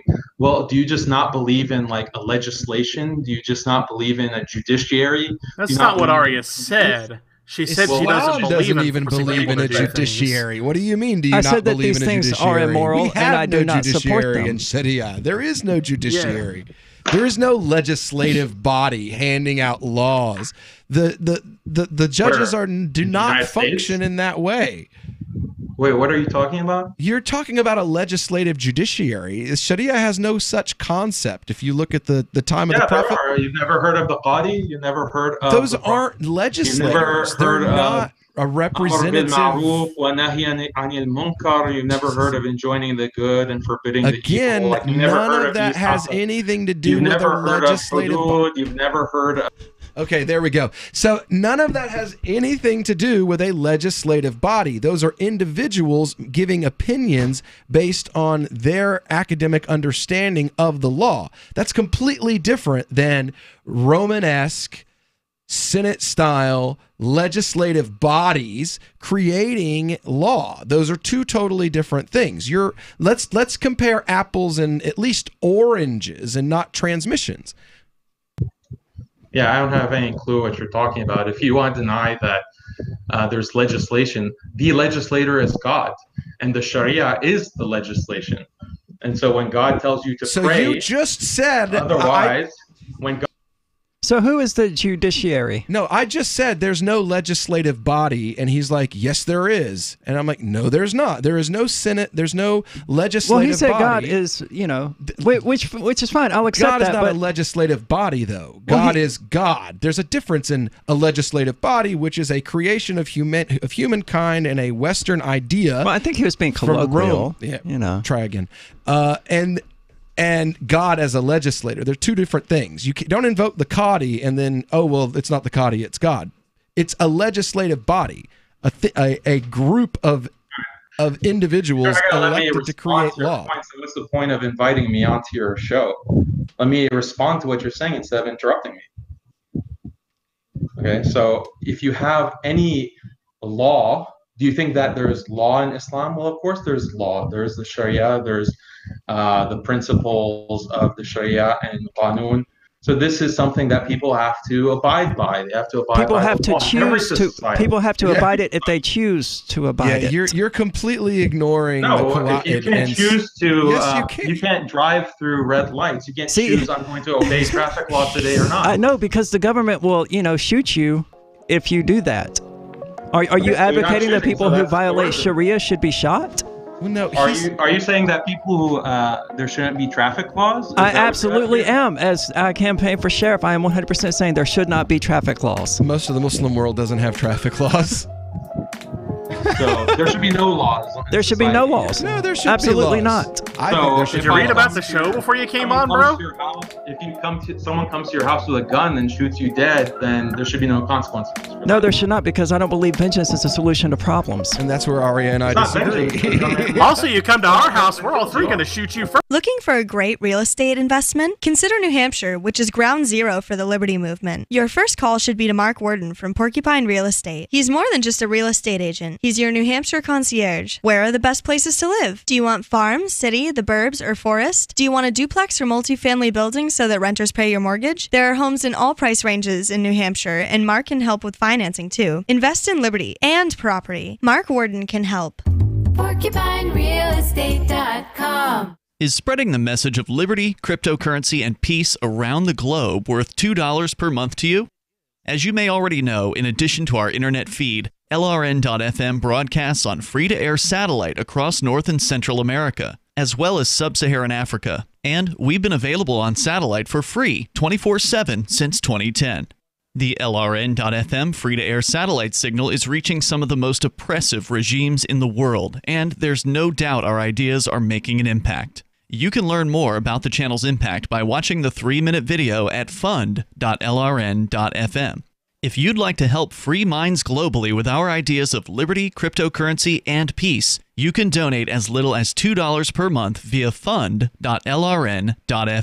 You can help us continue and expand our satellite broadcast to multiple continents. Visit fund.lrn.fm today, and thank you for your help. Don't forget to share the link on social media. That's fund.lrn.fm.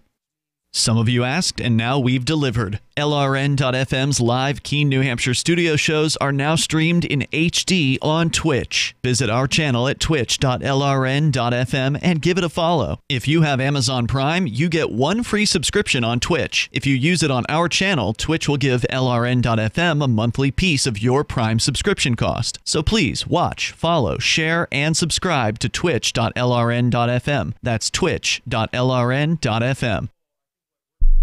Are you tired of governments murdering people around the world?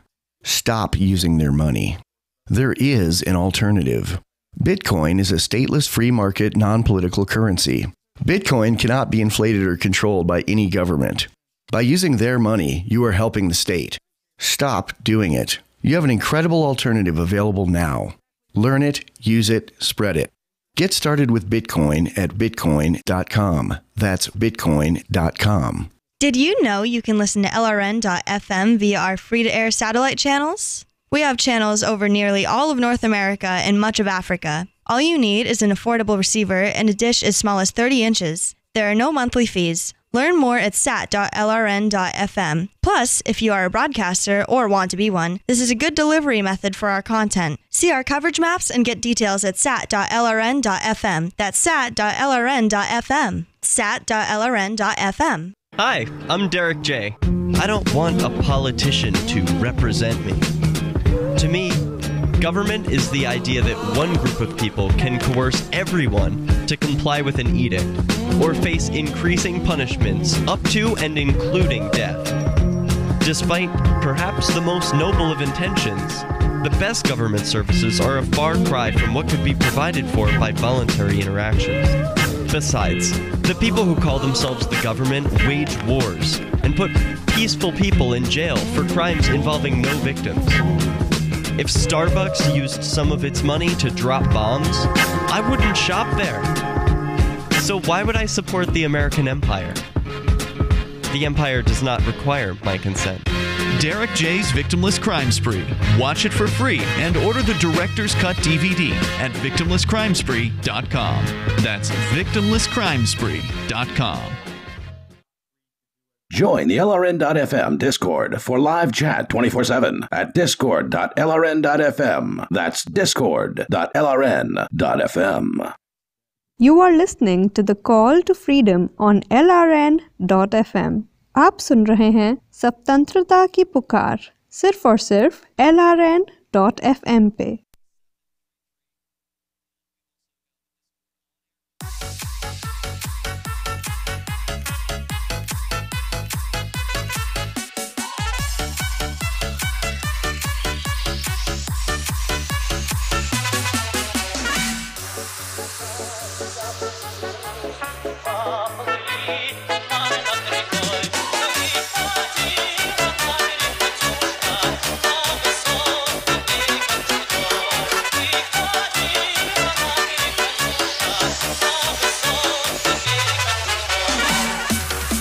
All right, welcome back into the Call to Freedom here on LRN.FM. Broadcasting live from our Horizon.global studio here in beautiful Keene, New Hampshire. And it is another gorgeous day in the Shire. Sun's going down as we speak. It's nice and cool outside. It's getting down in like the low 50s at night now. I can finally put that new sweater that I bought at the festival that we went to this summer. That furry hoodie sweater that I bought. I love that thing. It's just so hot. I haven't been able to wear it. I finally get to wear it. I'm so happy. I've been surprised by how comfortable it is to like open the windows at night and just lay underneath the big thick blanket. It's comfortable, man. It's a beautiful, beautiful time of the year here. This is about the time that we moved here when I was staying in the building that is now the masjid, and no electricity or nothing. Sleeping there at night, getting up in the mornings, tearing up floors, tearing out ceilings, putting new carpets in, all that kind of stuff. And it got pretty cold a couple of nights. I was not enjoying it a few nights. Anyway, so we've been joined today by Daniel Haqiqatjou. He is a Muslim social commentator who has said some quite interesting things on social media that I agree with quite a bit.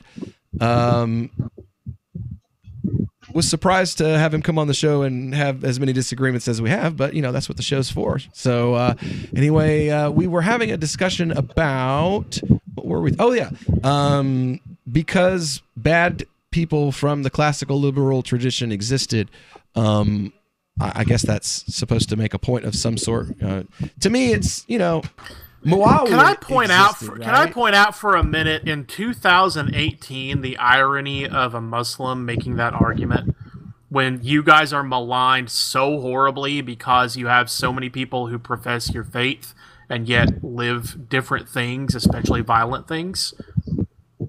Well, the dominant system of power in the world today is liberalism, and it's oppressing many around the world as we speak. It's not. Liberalism doesn't exist in the modern world. So what would you characterize as liberalism? For real. It's almost like he thinks America is a liberal country because like somehow bombing people is liberal. No, liberalism means the idea that morality is defined by maximizing freedom and equality. That's what liberalism means. And you see this in the world today? That's definitely not the dominant ideology in the world. So where do you see that in the world today? When George Bush attacked and invaded Iraq and Afghanistan. What part about bombing and what part about invading a country is supposed to? I know what he called it.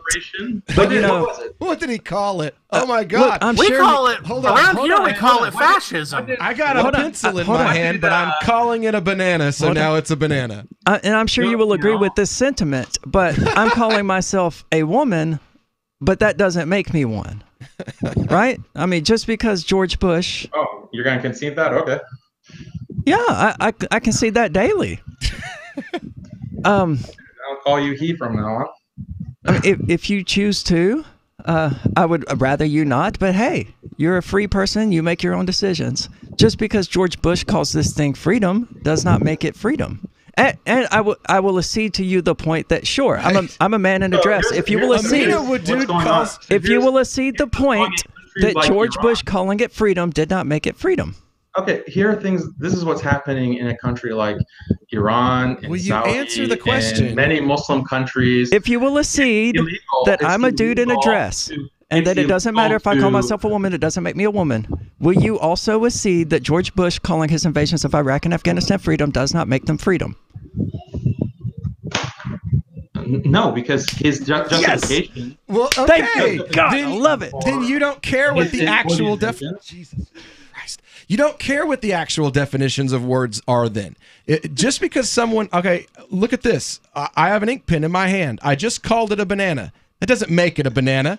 It's still an ink pen. That doesn't change anything. Osama bin Laden called what he advocated Islam. That didn't change the fact that it's not. Amina Wadud calls herself and her mosque a mosque. Doesn't change the fact that she's wrong.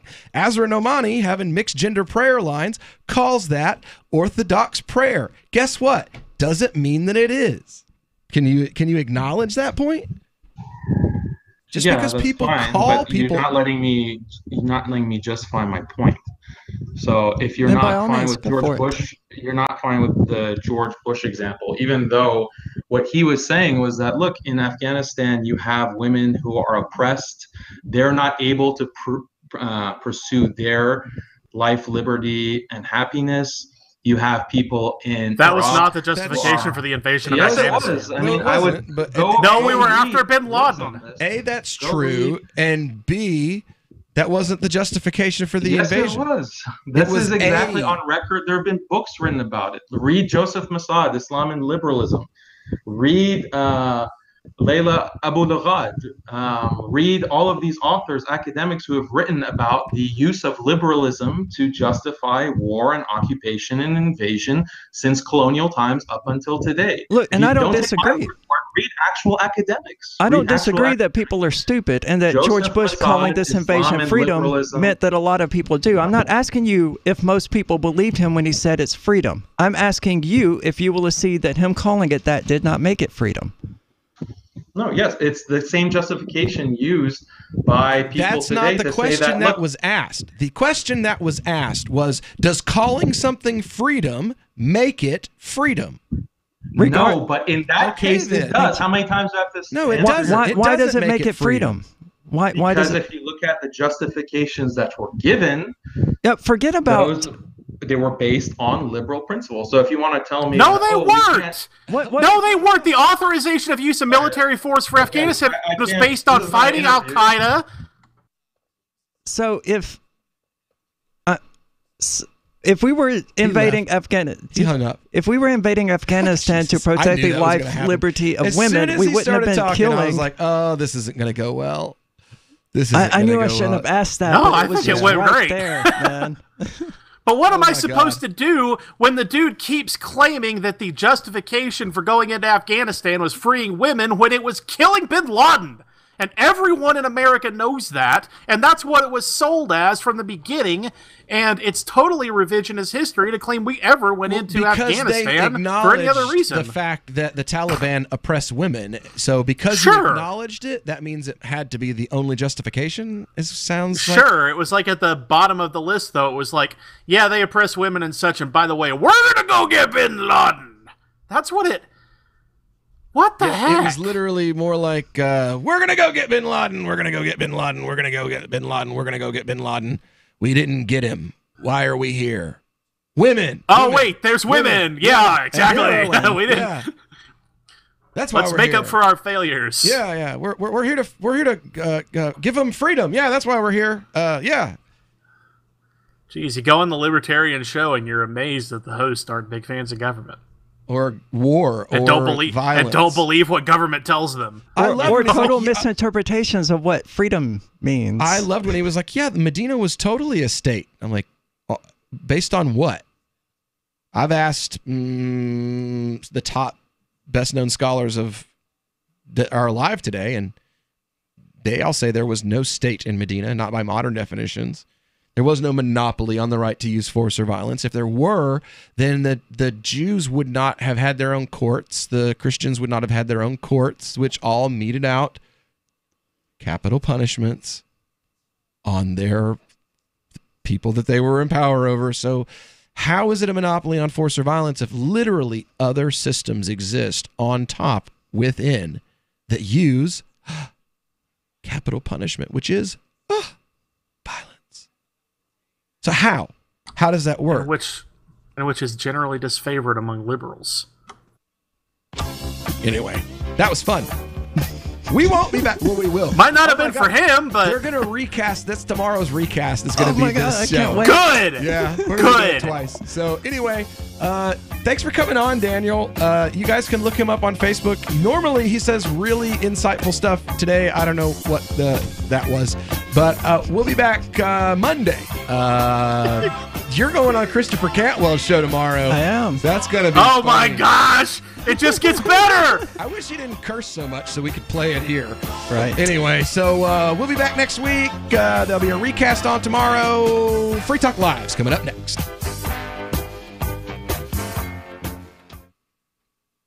On Free Talk Live, we're bringing people to the ideas of liberty every day. From wrestling superstars like Glenn Jacobs. You guys really are having an impact, I believe. Like I said, a lot of where I am now is due to listening to Free Talk Live. You changed my mind on some very important issues years ago. To random people tuning in on the radio. I was kind of stuck in the left-right paradigm. I heard your show by chance on a Saturday night.